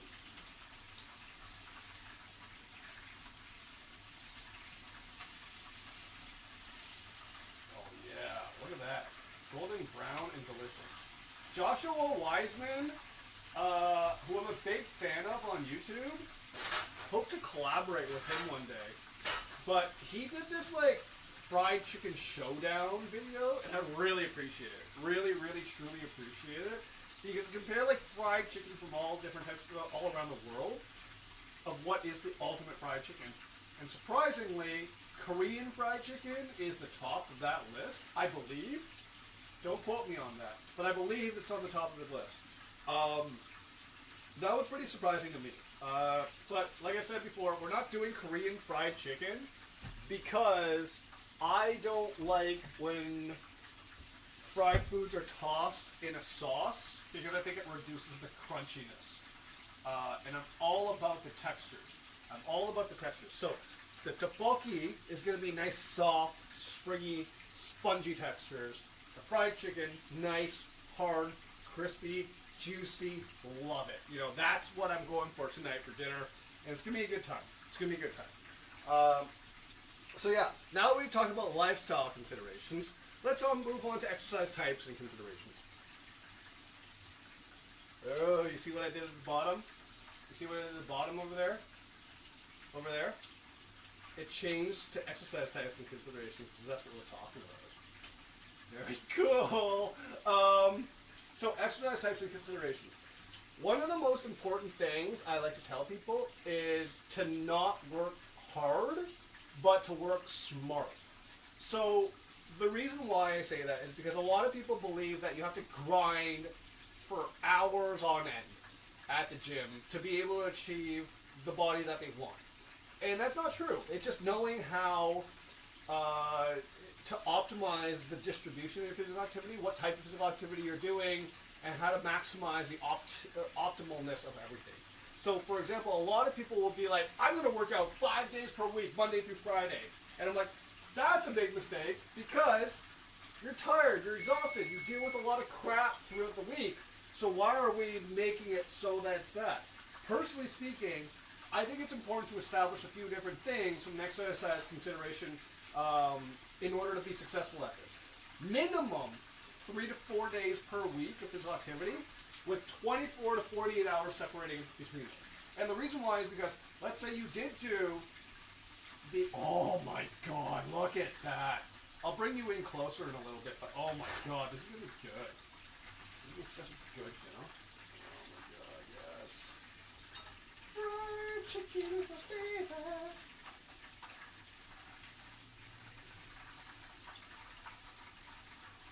Look at that. It's awesome.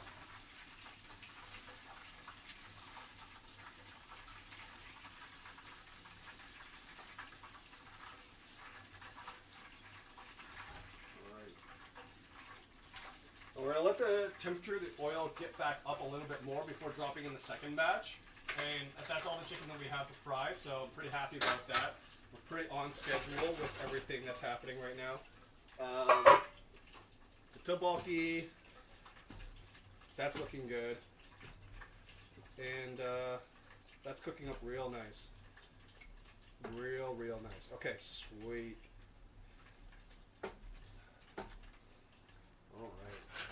Now, I'm going to throw the pasta in.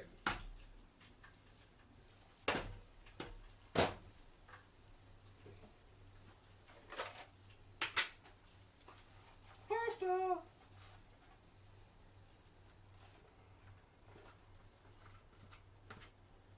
Remember, no food waste. So we're cooking everything, we're being creative about it. Okay, so there's that.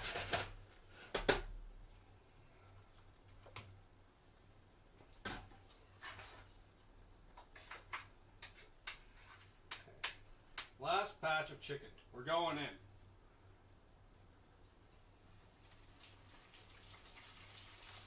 Yes, yes, yes. Fried chicken. So good.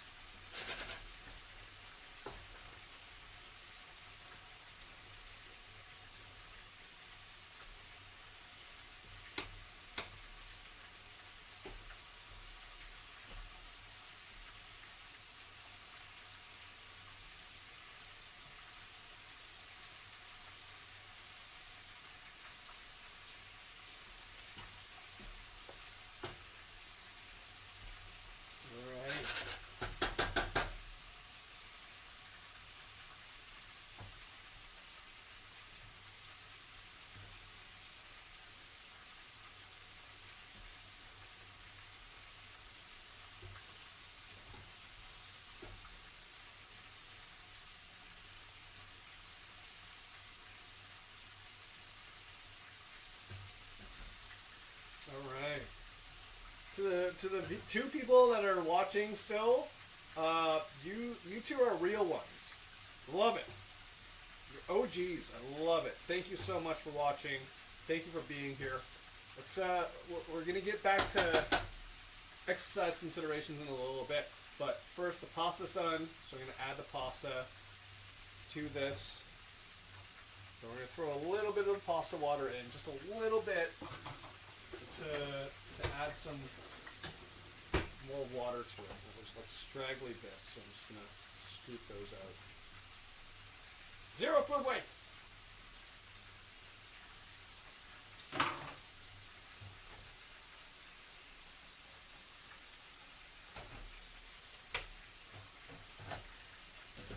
Oops.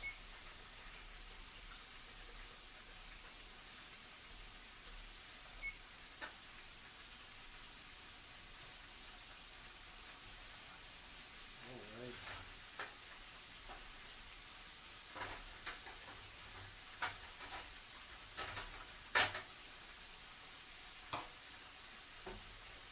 I love Tteok-Bokki. I will say I'm very much looking forward to this, using fresh pasta noodles in Tteok-Bokki sauce and just kind of like letting her, giving her, it'll be good. It's going to be really, really good. I know I'm pissing off Italians right now as well as Korean people, but guess what? I don't care, because I'm not saying this is officially Tteok-Bokki. Well, actually I am. I did. I'm sorry, I shouldn't have said that. This is just my, Tteok-Bokki thing. That's it. It's just my recipe, not officially Korean. Turning off the heat now. Getting ready to plate.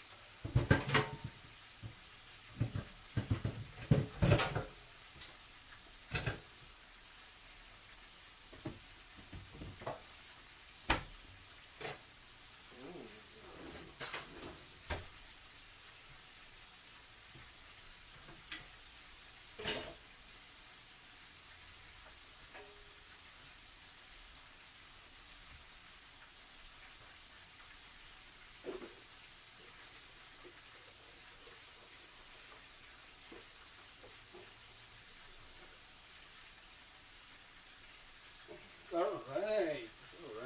right.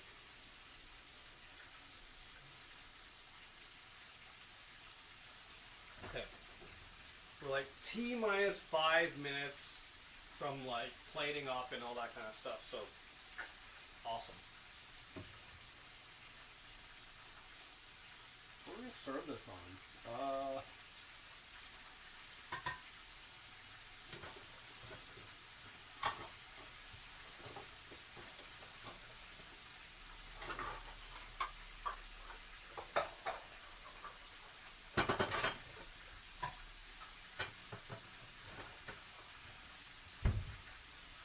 Okay. So, getting back to like exercise types and considerations. So, again, I said earlier in the stream that unfortunately, you really got to focus on resistance training in order to successfully pull this off. Now, the reason why we need to focus on resistance training exclusively and not cardio really is largely because we are looking for the resistance training properties, the hormonal effect from muscle building, in order to counteract, to make sure you're building the lean muscle mass and burning fat. Because what we're trying to do is, especially because we're surrounding the carbohydrates with the workout and not doing that outside of the workout, then what we're trying to do is force the body to burn additional fats to fuel the whole building, repairing of lean muscle mass aspect kind of thing, right? So that's why it's kind of like a bell curve. You have to have something that really forces you to build lean muscle mass. So whether or not that be a progressive overload program from a resistance training thing, or a hypertrophy kind of training, that's what you need to focus on, is how to build lean muscle mass. Because, and like I said at the beginning, Dr. Rhonda Patrick really talks about how resistance training really does seem to buffer a lot of things in the human body. So forcing you to retain your lean muscle mass is important. Now the reason why is because typically in fat loss programs or cuts or anything like that, the body will always lose some lean muscle mass. Now the goal here is to make sure it loses as little lean muscle mass as possible and targets as much fat mass, which is why I recommend to do resistance training, lean muscle mass building, for your physical activity here in this kind of situation. There's no real way around that. Now, that doesn't mean you're in the gym lifting weights all the time, but it does mean you have to do like really, really high intense stuff. So let's say like runners, for example. You don't necessarily always need to lift weights. I would strongly recommend it, but you can do things like sprints instead of steady state runs, right? Things that are high intensity, anaerobic, that look to build lean muscle mass. That's what you really need to be focusing on. So you need that, and like I said, 24 to 48 hours in between those kind of that workout is optimal, because what happens is if you space apart your workouts appropriately, you're taking advantage of what I call the afterburn effect, where if you feed your body properly and you have the right stimulus to grow lean muscle mass, then what ends up happening is that your body will increase the basal metabolic rate by about 10 to 15% for about 24 to 48 hours. So let's say, for example, you lift weights Tuesday, Thursday, Saturday, and Sunday. Your whole week, you're getting an extra 10 to 15% bump in your metabolism just to build and repair your lean muscle mass, because that's a very energy-consuming process. So ideally, that's what you want to be able to do, especially if you're limited on time, you can't make it to the gym, you have other appointments, you have other kind of considerations like your kids' swim meets or stuff like that you have to go to. That's what we really need to look at, is how to maximize within the limitations that you're working with. So 24 to 40 hours between between workouts, with the workouts focusing predominantly on muscle building. So that's really, really, really, really important. I'm not saying cardio is not important, but it's not how it's effective at building lean muscle mass and burning fat at the same time. The types of cardio that you do also need to be considered. And I'm going to turn off the heat right now to this. And I just want to show you how golden brown this all is right now. How sexy it looks. Look at this. Oh, yeah. Look at that. Oh, my God. I'm a happy camper. Okay. I'm going to bring you back over here, away from the noise, and then we can talk a little bit more before I play it up, or while I'm playing it up.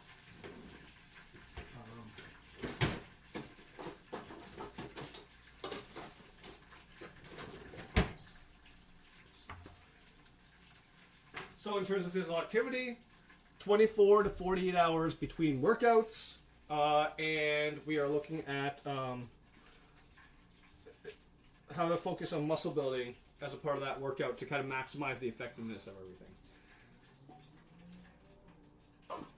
The other consideration we have to have here is, what is your history with training and physical activity and all that kind of stuff? Because if you have a reduced history, like you don't have that much experience, then what I will say is you don't have to be that aggressive with it, believe it or not, because your body's also naturally going to enter a state of prioritizing lean muscle mass build with that, right? So like a lot of considerations that I'm not really going into right now, largely because I'm distracted by cooking, but also because it's just tricky information, especially when we're not working with some sort of context or whatever it is. So it's really tricky. Nutrition is really, really tricky because it's individually based, and it's dependent on a whole bunch of different variables. And again, the disclaimer is that we're not giving you recommendations here to follow. We're giving you guidelines for you to consider changing your own nutrition plan so you can start working on your own nutrition. And if you ever do have questions, I am available to see clients and all that kind of stuff. So do with that what you will. So we're going to play it up right now. Then we're going to finish talking about it while it cools down, because I can't eat things that are too hot. And then we're going to work on stuff. By the way, this like seaweed salad is one of my favorite things in the world. The fact that they have it at Costco makes me so happy because this whole tub is like, I think $12, which is amazing because it's so good. Every time I order sushi, I never get this anymore, the wakame salad, because I have it at home. But also, it's a great way, kind of like the kimchi, to just add vegetables to your nutrition plan in a very fun and practical way. And it's already very, very tasty. So, seaweed salad for the win. Love it. What we're going to do now, put some fried chicken on the plate. Okay. Let's pick the prettiest pieces. So there's that. And then there's that. Yes, sir. Yes, sir. Yes, sir. Yes, sir. All right. So that is my dinner. My dinner, my dinner, my dinner. Boom. Hold on one second. Let me get.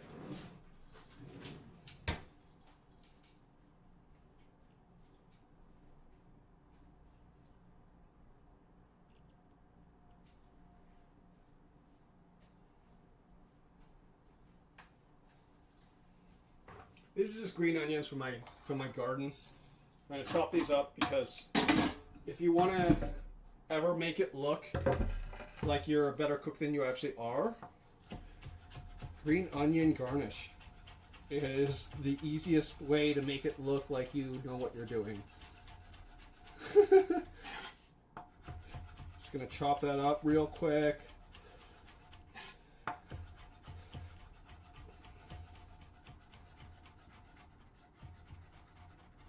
It also does add flavor to it, like, I'm not gonna lie. But realistically, this is just a presentation device. Boom. Now look at that. You got color, you got contrast, you got all that kind of stuff. Delicious. Delicious. Alright.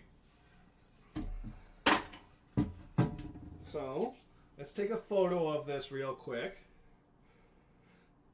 And... selfie mode. Not cool.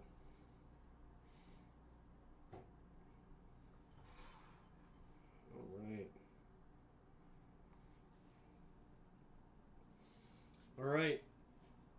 So, we are talking now about, what are we talking about?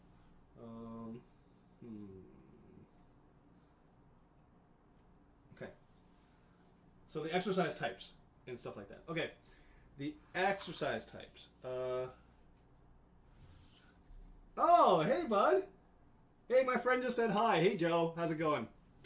Good to see you in the chat. You're welcome over for some of this fried chicken if you like. If you want to come on by, I got fried chicken for you.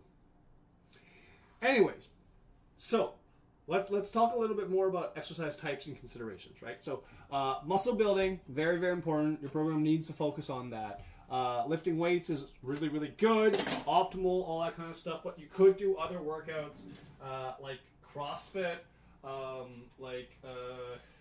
just any high intensity thing that's going to challenge you to grow lean muscle mass. That's what we're aiming for largely, right? So that's what we're doing. 24 to 48 hours in between if you're time constrained. 3 exercises per week minimum is what I would say is important for you to pay attention to. And just recognizing that you can get it done. You really, really can. But these are hard environments and types. Now, another consideration that you have to have is timing for your exercise. You don't want to be doing heavy and high intense physical activity and exercise before you go to bed, meaning at nighttime. The reason why is because there's a whole bunch of hormonal things that happen when you work out. The things that happen, for example, are your body gets a whole bunch of stress hormones, growth hormones, endorphins, the exciting kind of hormones that happen that prevent you from falling asleep properly. Now, the hardest part about that is that if you can't sleep properly, you can't build lean muscle mass. Because remember, that is a lifestyle stressor that you need to take into consideration. So the lifestyle factor of not being able to sleep means that your stress levels are too high and it prevents you from building lean muscle mass, and it most likely puts you after a prolonged period of time of not being able to sleep, it puts you in fat storage mode because your body interprets that as a stress, and it will force you to not do the things you want it to do. So try not to do a lot of lean muscle mass building at nighttime. It's really, really not optimal. It doesn't mean you can't get it done. It just means that you have to kind of control the intensity and the type of physical activity you're doing. But generally speaking, I don't recommend people exercise past 6 p.m. depending on the season. During summer, I think it's a little bit different. During the winter, it's very, very, very... your body's a lot more sensitive to it. And that's just the reality of it. And again, the reason why is because... And I have to have a whole stream about circadian rhythm and all that kind of stuff at some point. But it's just that your body's circadian rhythm goals during the day are different at nighttime. During the day, your body's optimized to build muscle mass. During the nighttime, it's not. So that's another consideration we have to have with your lean muscle mass building. So take that into consideration. And of course, the next set of stuff is rest and recovery. So you need to be able to rest. You need to be able to have good sleep. Does it have to be 8 hours? Not exactly, to be perfectly honest. Everyone's sleep schedule is slightly different. There are some people that need 8 hours. There are some people that I know need 10 hours. There's some people that need 6 hours. I fall into the camp of between 6 to 8 hours is optimal for me, right? That's just for me and what I've noticed. I'm pretty sure that changes with age. But you need to be able to sleep. And that's a challenge for people that age, that are a little bit older. And remember, it is a privilege to get older. It's not a curse, it's a privilege. So the idea is because typically speaking, on average, as you age, you sleep less and less and less. You're not able to, right? A lot of that has to do with a lot of hormonal variables that I'm not the best to speak at, to be perfectly honest. But what we need to consider is how much sleep you can get, and all that kind of stuff. So you do need to be able to rest and recover. There are and again, this is referring to Dr. Rhonda Patrick, who I love her. I think she's fantastic. One of the smartest nutrition and health minds out there. She talks about how you can optimize your muscle building capacity and burning fat at the same time. And a lot of that is coming, her opinions are coming out of what she identifies as sauna studies. And I've been on the sauna kick for a long, long time because the research was very, very clear that saunas do a lot to build and retain lean muscle mass and improve recovery from your workouts, right? So a lot of the study comes out of Finland and Switzerland and all that kind of stuff. No surprise, because that's a part of their culture, that sauna exposures do a lot to not only help you retain your lean muscle mass, but also burn fat at the same time. In fact, what they did was they did a research paper, very interesting stuff, of a different couple athletes with different with injuries. They found the athletes that went to the sauna regularly, and I think this is like 3 times per week the study did. They had better body compositions, more muscle mass retention around the injured area. So, like, for example, if you had a broken leg, your leg retained more lean muscle mass, even though it wasn't able to be mobile or active because it was in a cast and all that kind of stuff. And with the group that was exposed to regular saunas compared to the group that wasn't. So there's a lot of research coming out there. We'll have to do a live stream about those optimal things, but sauna research from a rest and recovery standpoint, very, very good. Now, the other thing to take in consideration too is for rest and recovery, it's making sure you sleep well, sleep optimally. So like black light curtains, eye masks, and all that kind of stuff, really, really good. White noise machines, if that's what you really, really need. Everyone's different with their sleep schedules and all that kind of stuff. So find out what works best for you. And of course, because I'm hoping a lot of the people watching are like athletes and varsity athletes and teenage athletes and all that kind of stuff. Your screen time before bed severely impacts your sleep quality. So if you're up late gaming on like Fortnite or Destiny or Diablo or anything like that, or PUBG, one of the biggest things you have to recognize is that blue light screen time before bed stimulates central nervous system activity, which makes it harder and harder and harder to fall asleep. Another thing to consider too is social media use, because of the brain chemical changes that your body goes through when on social media. And the reason why is because social media gives you these rapid dopamine rushes that leave it fundamentally so you're dopamine depraved, but you're just on this constant cycle. It's important to think about social media like a drug addiction, kind of, because it fundamentally does the very similar things that drug addictions do. Social media addiction is very real.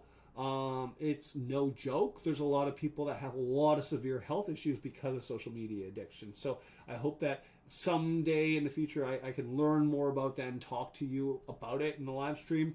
But for now, I just need to be like, caution! Stay away from too much social media, especially before bedtime. And this is a big trick. And I'll find myself doing this too. When I'm trying to fall asleep, I just find myself browsing Instagram sometimes.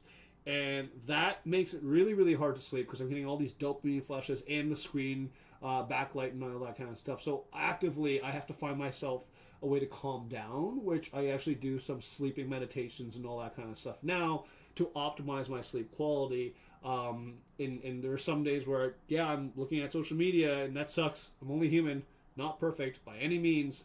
Just a guy that puts his pants on one leg at a time, just like the rest of you. So what that is essentially doing is basically we have to get you rest and recovery. One of the biggest things is rest is very different than what most people interpret as rest. So for example, I'll call myself out in this regard. A lot of times when I'm resting, I'm browsing social media, I'm browsing the internet and all that kind of stuff. The challenge is that's not rest. Your brain is so active during that period of time that it's just like after you're done like a 1 hour binge session on Instagram, you feel like wiped out entirely. And that's because of the dopamine releases in your head and you're just dopamine deprived at that point, right? So the challenge ultimately ends up being, are you actually resting or are you disassociating? Because those are fundamentally two different, very different things. Like if you're disassociating, you don't feel rested at all, but you're not doing anything. And that's important to recognize is, are you optimizing your rest? Are you doing things like, because rest is about slowing down. It's about making sure you're doing things with intention, which is why I bring up meditation. It's why I bring up mindfulness and walks in nature and all that kind of stuff. It's a go slow approach, right? Are you resting or are you just not actively doing anything productive? Those are two different things. So really make sure you take your rest and your recovery very seriously. Sauna for recovery, massage guns, stretching out, all that kind of stuff, very important. And then for your rest, look into optimizing sleep, which we'll talk about at a future stream. Look into how you can use brainwave patterns and understand those kind of things to really get you to slow down and all that kind of stuff. And yeah, that's a real big purpose because of course we are looking at how to optimize everything, how to build muscle and burn fat at the same time. Rest is a huge part of that. We will speak more to that in future sessions, but right now I do want to talk about one final thing, which is one of the most important things: tracking progress. See how I did that right there at the bottom? There we go. Tracking progress. Changed. Tracking progress. Tracking progress is probably one of the most discussed things that I have with my clients. How do we know if you're successful or not? And the reason why is because if you're building lean muscle mass and burning fat at the same time, your weight doesn't change too much. The reason why is because your muscles are growing, which accumulate weight. They attract water, they retain water. That's what muscles do, right? 1 gram of glycogen has 3 grams of water, 3 to 4 grams of water attached to it. So if your muscles are getting bigger, they're weighing more, which is frustrating for a lot of people because they usually take a look at their weight as a means of success. Your weight is different than your body composition. Your body composition is what's your fat mass to muscle mass ratio. Ideally, you have less. You're reducing the fat mass and you're increasing lean muscle mass, which is very deceptive because, of course, if you're relying on your weight as a measure of indicator of success, it's really frustrating in the beginning when you're doing this because it often doesn't change very much. Like your weight does not change very much. And I have to keep reminding my clients, I have to coach my clients, it's like, hey, we talked about this This is not what you think it should be. Weight loss is damaging, quite frankly, because what it fundamentally ends up doing, your body prioritizes muscle as the first thing you're going to lose over fat from a traditional weight loss approach. That's why when people are talking to me about like calories in, calories out, I'm like, you don't understand the hormonal principles involved here. That's why, to be perfectly honest, a lot of dietitians can't do weight loss because they don't understand that. They just go like, oh, we were taught 500 calories, negative 500 calories creates 1 to 2 pounds of weight loss per week. And I'm like, yeah, when does that ever happen? Every research paper says that that does not work long term. It only works short term. And the reason why is because whenever your body loses lean muscle mass, this is why the resistance training is important. Whenever your body loses lean muscle mass, it automatically starts reducing your basal metabolic rate as a response to that, because your body thinks it's starving. And after a prolonged period of time, this is why diets don't work, by the way. After a prolonged period of time, your body will be like, enough. We're going to get you to binge on something. And then people think that they're internalizing that as their own failures for not being strong enough or disciplined enough. But in reality, it's their body's actually working perfectly fine. They'll go into starvation mode because they lost too much lean muscle mass. And as a result, they'll end up overeating, putting all that weight back on, and now with a different body composition than when they started. When they started, they had more lean muscle mass, less fat mass. When they finish, they have less lean muscle mass and more fat mass. That's why traditionally the 500 calorie thing it's bullshit, for lack of a better term, because whenever anyone's trying to lose weight, they don't think about what that actually means. When people are like coming to see me to lose weight, they're like, oh, I want to lose 10 pounds. I'm like, okay, let's reframe that a little bit. What size would you like to be? And that's what I like to do with tracking progress, right? What size are your clothes? What size are your pants? What size are your dress size? Let's start there. Like, that's our starting part.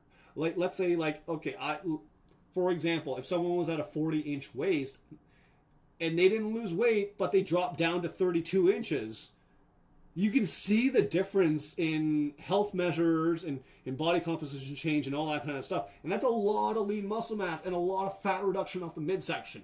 So if you don't lose weight, but you lose size, are you happy? Because usually people, when they're talking about weight loss, they're thinking of the weight, they're thinking of their own lived experience the last time they experienced that weight. Right, so a lot of people will be like, I want to be 125 pounds. And I'm like, why?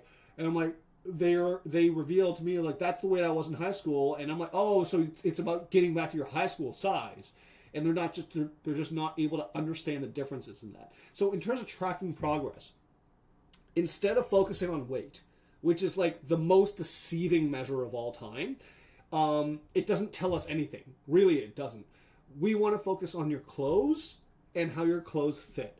If you are going down in pant size, or your belt needs a new hole put into it because you need to tighten it even more, then we're successful. Because the majority of fat that it depends on every single person, but the majority of fat that comes off around the midsection is purely fat, right? That's the most important thing to keep in mind. So if your waist size is going down, or your dress size, or anything like that, then we're moving towards the right direction, even if there's not a lot of weight change, because actively we're putting on muscle and burning fat at the same time. Those things kind of counteract in terms of weight loss. But what we really care about is the clothing size, the clothing fit, and all that kind of stuff. Even if your clothing size isn't going down, the way your clothes fit is very, very important relative to what exercise program you have. So, for example, for a lot of guys, they choose the V-taper look, right? The back muscles, the lats, the shoulders, as well as the chest. This V-taper is what a lot of guys want. So in that regard, I ask them how their clothes are fitting. How does your shirt fit around your back, around your shoulders, around your chest? Tight. Okay. How is your waist fitting now? They're like, loose, my pants are falling off. I'm like, great, then we're moving towards your goal. Like, that's evidence of how we track progress, right? So keep in mind that tracking progress does not mean weight. It means, are we actually doing the building lean muscle mass and burning fat? If you have the income and the finances, then yeah, things like bod pod analysis or DEXA scans about your body composition are really, really helpful tools, and they help you visualize what's actually happening a lot more. I would caution people to stay away from body assessment scales, BIA, the smart body, and all that kind of stuff. And the reason why is because they use a technology called BIA, so it's bioelectric impedance. And what that does is it's based on theoretical energy kind of thing. So what will happen is you typically stand on a scale, your body will send an electrical signal from one part of your body to the next, and the strength of the receiving node that you stand on, that scale, will determine your body fat percentage. The unfortunate thing is this is a better indicator of hydration than anything else, because if you can test this yourself. If you have one of those scales at home that measure your body fat assessment, step on it, drink 2 liters of water, step back on, and see how much leaner your body thinks you are. And the reason why is because just like Pokemon, water type is weak against electric. So the more water you have in your body, the stronger your electrical signal is going to be, and that throws off the signal. Another thing for women to keep in mind too is if you're on your menstrual cycle, if you're on week 4 and week 1 of your menstrual cycle, these smart scales will overestimate the amount of lean muscle mass you have and underestimate the amount of fat mass you have. And that's because there's a lot of water stuff happening in and around this area. So we have to keep that in mind when you do these tests. Does fundamentally matter if you're a woman that menstruates, right? This is very, very important. So that being said, very, very important, especially with how your body is. There's a whole bunch of different bodies. There's the apple-based fat kind of distribution where there's a lot of fat in the upper body, all that area, but then it tapers down. There's not a lot of fat in the midsection. And then there's the pear shape where there's not a lot of fat in the upper body, but a bunch of fat in the midsection. These body fat distribution types will dictate how your body, how that scan does. So the smart scales, all I'm saying is a little bit of nuance to interpreting those results. It's best to go off body fit, the clothing fit. Waist to hip ratio works really, really well. Your waist circumference, your midline circumference works out really, really well. This is how we track progress. But other things I always ask clients too is not only about the quantitative measures, like the measurable things, the objective things, but the qualitative stuff, right? If you're building lean muscle mass and you're burning fat, what are your energy levels like during the day? Are they consistent, or are they constantly up and down, up and down, up and down like a roller coaster, right? Because the majority of people that don't eat properly, their blood sugars are up and down, up and down, up and down. In fact, I'll do a nutritional assessment on someone, and based on their breakfast and their sleep quality, I can tell when they're having a crash in the day, right? So typically, for example, common day, everyday person, if this resonates with you, you let me know, but you're on your way to work, you didn't get to eat breakfast because your kid was going, you got to get your kid ready for school, and you got to prioritize that. So you feed your kid breakfast, you skip your own breakfast, you'll grab breakfast on the way with Tim Hortons or something like that. You grab a bagel, coffee, typical kind of thing, right? Bagel, ton of carbs, coffee from Tim Hortons. They use tablespoons instead of teaspoons for sugar. So just so you know that. So what ends up happening is all that sugar and all that carbohydrate without enough protein, roughly about an hour to 2 later, your blood sugars will spike and then they'll drop back down. So if you're eating that breakfast around 9 o'clock, is usually when adults eat their breakfast, because they're just okay, I'm at work right now, I'm going to check my emails, I'm going to eat my breakfast. At around 10 to 11 o'clock, their blood sugars drop down because they had this giant spike up from their breakfast, and then they drop right down, which is why, really pay attention to your breakfast portions at protein. So how you feel during the day from an energy level standpoint, very important in regards to tracking progress. The other thing that's important to tracking progress is the quality of your workouts. I don't ever recommend people track their nutrition from an app standpoint, and that's because in my 10-year experience as a dietitian, I've never been able to work with anyone that tracks their food intake, that the tracking behavior didn't become a problem later on. They'll track, and then they'll realize, I don't have enough time to do this. And I'm like, yeah, no one has enough time to do that. If you have enough time to track, you have enough time to work out. because it's such a time-consuming thing to do. So generally speaking, don't love tracking nutrition intake. I do love tracking specific things of nutrition intake. So for example, if someone's struggling with a protein intake, I get them to track their protein intake for a little bit of time from an educational standpoint. And the reason why is because I want them to pay attention to how much protein they think they're getting versus how much protein they're actually getting, so that they know where they can start making some changes, right? So breakfast being the most common one, people eat protein at breakfast, so getting them to track their protein intake specifically throughout the day with protein targets and all that kind of stuff, very, very good idea, because if that's your area of weakness, that's where we can focus on the most. But with that context of understanding, this is something that we're moving away from eventually. We're not tracking long term, because when you get good at tracking long term, all that teaches you to do is to just be better at tracking. It's not to be better at nutrition or your food habits or anything like that. It's just, it teaches you how to be more self-critical about your nutrition choices, which is not fun. I don't think that's fun. I think that sucks. It's terrible.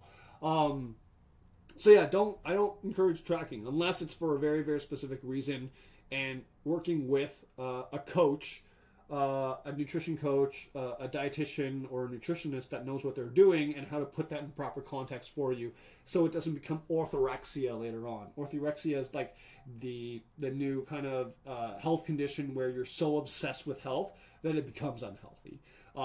I think Lean Beef Patty, and I love Lean Beef Patty. I think she's fantastic. I think she's hilarious. I think her honesty and her maturity, but her fun is just next level. Like, for those that watch my review of Nutrition Month and watch Lean Beef Patty videos, you can see how that video was like inspired by Lean Beef Patty quite a bit. So I love her. She talks about her experience with dietitians and all that kind of stuff, her nutrition, and she talks about, and she's very open and honest about it. Check her out. Give her a like, give her a follow. Check her stuff out. I think she's one of the best fitness influencers out there. And I genuinely hope to meet her one day. I hope to hang out with her, maybe collab one day. Lean Beef, I doubt you're one of the 2 viewers that I have right now, but hopefully I get to the point where I get to meet you and chill out with you and get to work out and smash some weights together. That'd be really, really cool. And because Lean Beef Patty is stronger than me. Like, her workouts are just, damn, she's impressive. I love it. Anyways, I like the way Lean Beef Patty puts it. If your nutrition is getting to the point where it's causing you anxiety, you need to reevaluate something. You really, really do. So that's why I don't encourage tracking when it comes to tracking progress. What I do encourage, though, if we're going to be numeric about it, because some people love to be numeric, they love the data-driven kind of stuff. I'm personally not one of those people. But if you're one of those people that likes numbers, what I get you to track is your workout. I get you to track your workout because, A, that means you're going into the gym with a plan to execute. And then you can see over time that data, how you're actually improving. Is your bench press going up? Are you putting in more reps? Are you finding workout quality to be easier? All those things are important to pay attention to. So tracking is important, but what are we tracking here? We're not tracking weight, because weight is one of the most deceiving things of all time. It's terrible, because oftentimes people will reach, under traditional weight loss practices, they'll reach their goal weight, but they'll be disappointed because they look nothing like they thought it was, or their last lived experience of that weight. So going back to that 120 or 130 example, if that was 130 at you at high school, I get that. I get why you would want to return to 130. But keep in mind that when you were in high school, your body was physiologically different than what it is now. Like, I'm just taking myself into consideration, right? My body at the age of high school age, let's say that was 18. Let's say that was like 20 years ago. Yeah, that's 20 years ago. 20 years ago that I was in high school last. And my body is fundamentally very different now than it was back then. And I'm okay with that. I really, really am. But it does mean that I have to consider, do I have as much upper body strength and mass? And do I recover quite the same way? No. I am close to 40. I am not recovering the same way I used to recover when I was in high school. That is just a pure fact. I do not have the same energy levels. I have different considerations. I have managed to maintain the same size since then, since high school, but that's because I'm a sports dietitian. I know what to manipulate, and this is why I'm doing this series, because there's a lot of discussion points out there that I want to be able to have, and I think having this stream is a great way of opening up access to a lot of different people and what they need and what they can do from a nutrition standpoint. So, I hope these streams get bigger. I hope more and more people watch and there's more engagement on the chats. Thank you so much for your comment there, Joe. You're a real one. Always one of the best people that I know out there. Love you. Let's... I'm pretty much done ranting about this kind of stuff. I hope there was some value in there. But like I said, like I did last time, I'm going to eat some of this in front of you, and then I'm going to turn off the stream. Because I think it's weird to eat the whole thing in front of everyone, because I can't entertain and eat at the same time. I did see another streamer the other day do something while she was eating, and I thought it was really, really funny. She would get a hand heart like this. So I'm like, all right, if anyone wants to make another hand heart and screenshot it and send it to me, that picture, that'd be funny. I think it's really, really funny. Her name is Riki Chu. Not my friend Rika Chu, but Riki Chu, where she's like this Baldur's Gate 3 streamer. She's really funny. Go check out her stuff. But she did that, and I was laughing because like all her people were doing the hand hearts too. Lean Beef Patty also did it. That's right. Lean Beef Patty did the hand heart thing too. So, and anyone in chat want to take advantage of this, that'd be fun. But right now I'm going to eat some of this. I'm going to do that thing where I try to sell and convince you how delicious my cooking was, but you objectively don't know because you can't taste it. Internet stuff. Okay, that's really good. That's legitimately really good. I wanted Tteok-Bokki so much, so this just makes me so happy. Another thing I will say that I like to do is, years ago, I found out you can get mac and cheese powder in bulk from the bulk barn. So, what I love to do is make Tteok-Bokki and throw that mac and cheese powder in it. It is so good. It is so good. That is not dietitian stuff. That is definitely not a traditional Tteok-Bokki. But who cares? It's delicious, and I like it. And I'm going to make it one day. But I just stuck to a traditional Tteok-Bokki and a fried chicken thing tonight. So, that's what we're doing.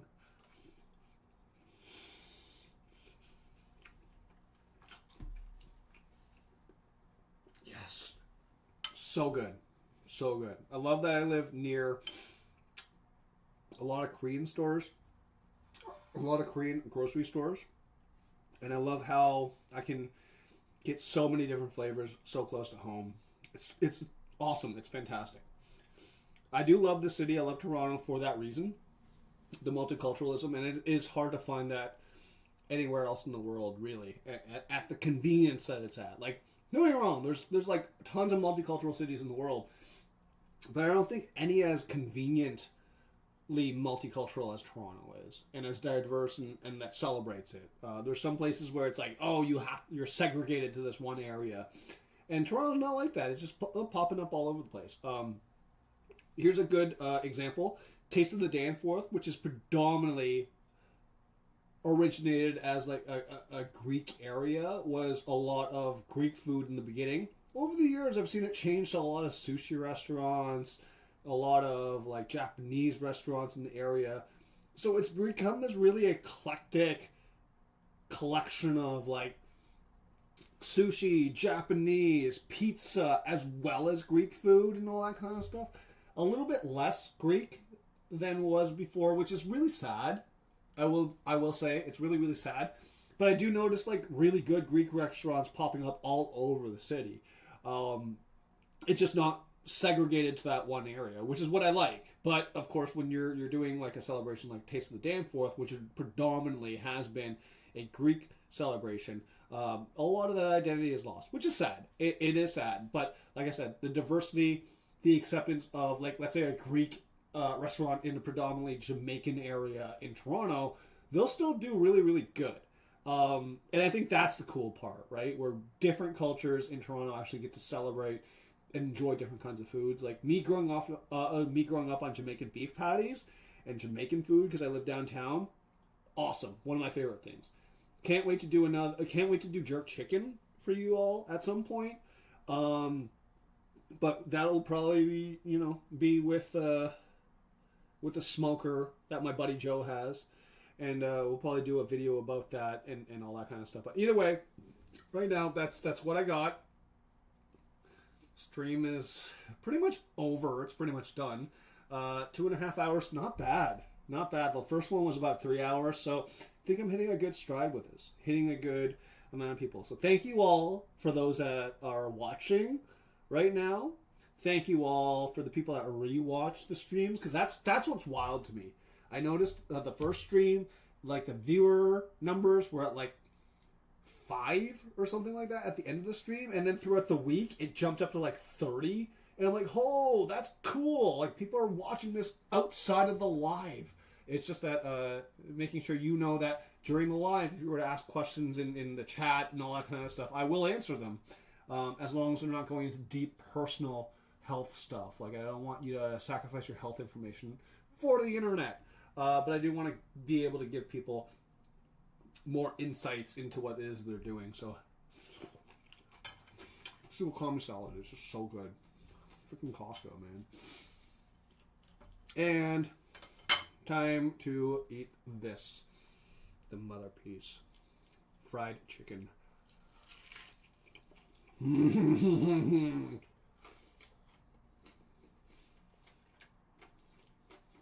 It's so good. Okay. I'm getting self-conscious about eating in front of you. Please like, please subscribe. Do your thing. Thank you for everyone tuning in today. I hope you got a lot of good information out of this. And yeah, please DM me. Let me know what you'd like to see in terms of future sessions, future kind of content and all that kind of stuff, future themes. I'm thinking of putting together a roadmap of like what themes should be, but I mean, traditionally in the past I haven't done too well with that, but we'll see. What do you like? What do you want to see? What do you think of this? Let me know in the comments below. Thank you so much. I'm going to turn off the stream now. I'm going to start cleaning up and calling it a night. Finish this and see if people want to do some gaming online. So, oh, and watch the basketball game. Playoffs are right now. And for those of you wondering, no, I am not watching the Leafs games, even though they're in the playoffs, until they make it past the first round. I made this promise to myself like 15 years ago. I would not care about the Leafs until they got out of the first round. Ever again. I can love that team all I want, but until they get out of the first round, I will not watch a game. So, call me a bandwagoner, whatever. I just cared too much about the Leafs during my teenage years. They burned me way too much, and it's year and year after the same thing over and over again. I hope to be proven wrong. I really, really do. I want them to go all the way. I want us to celebrate a Stanley Cup. But I don't want to be delulu about it anymore. So until they show me better, I'm not going to watch a game. But I desperately do want to watch a basketball game because what's happening right now is wild, actually. I feel bad for the Phoenix Suns. But that series seems over. I feel bad for KD. But I mean, let's be honest, he made some bad decisions in regards to where he went and all that kind of stuff. He should have stayed with Golden State. He really should have. Instead of doing that Brooklyn mess. I don't know who's going to win it this year. I feel bad for the Miami Heat, but Jimmy Buckets is out.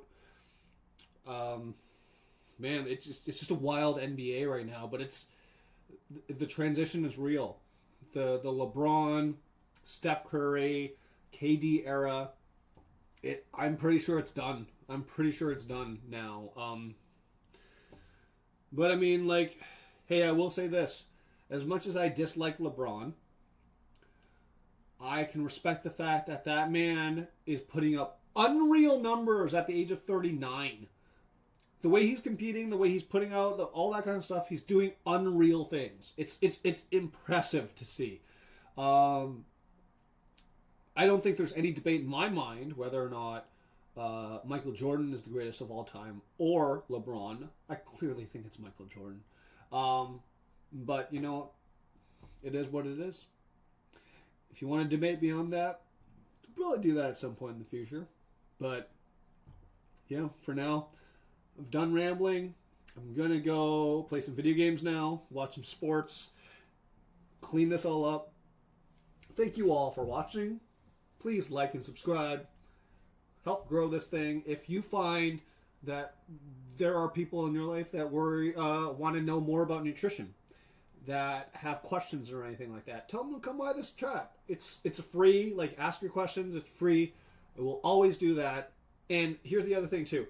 I made this decision. I'm never going to take sponsorships that potentially could impact the things that I want to say about nutrition here. Never.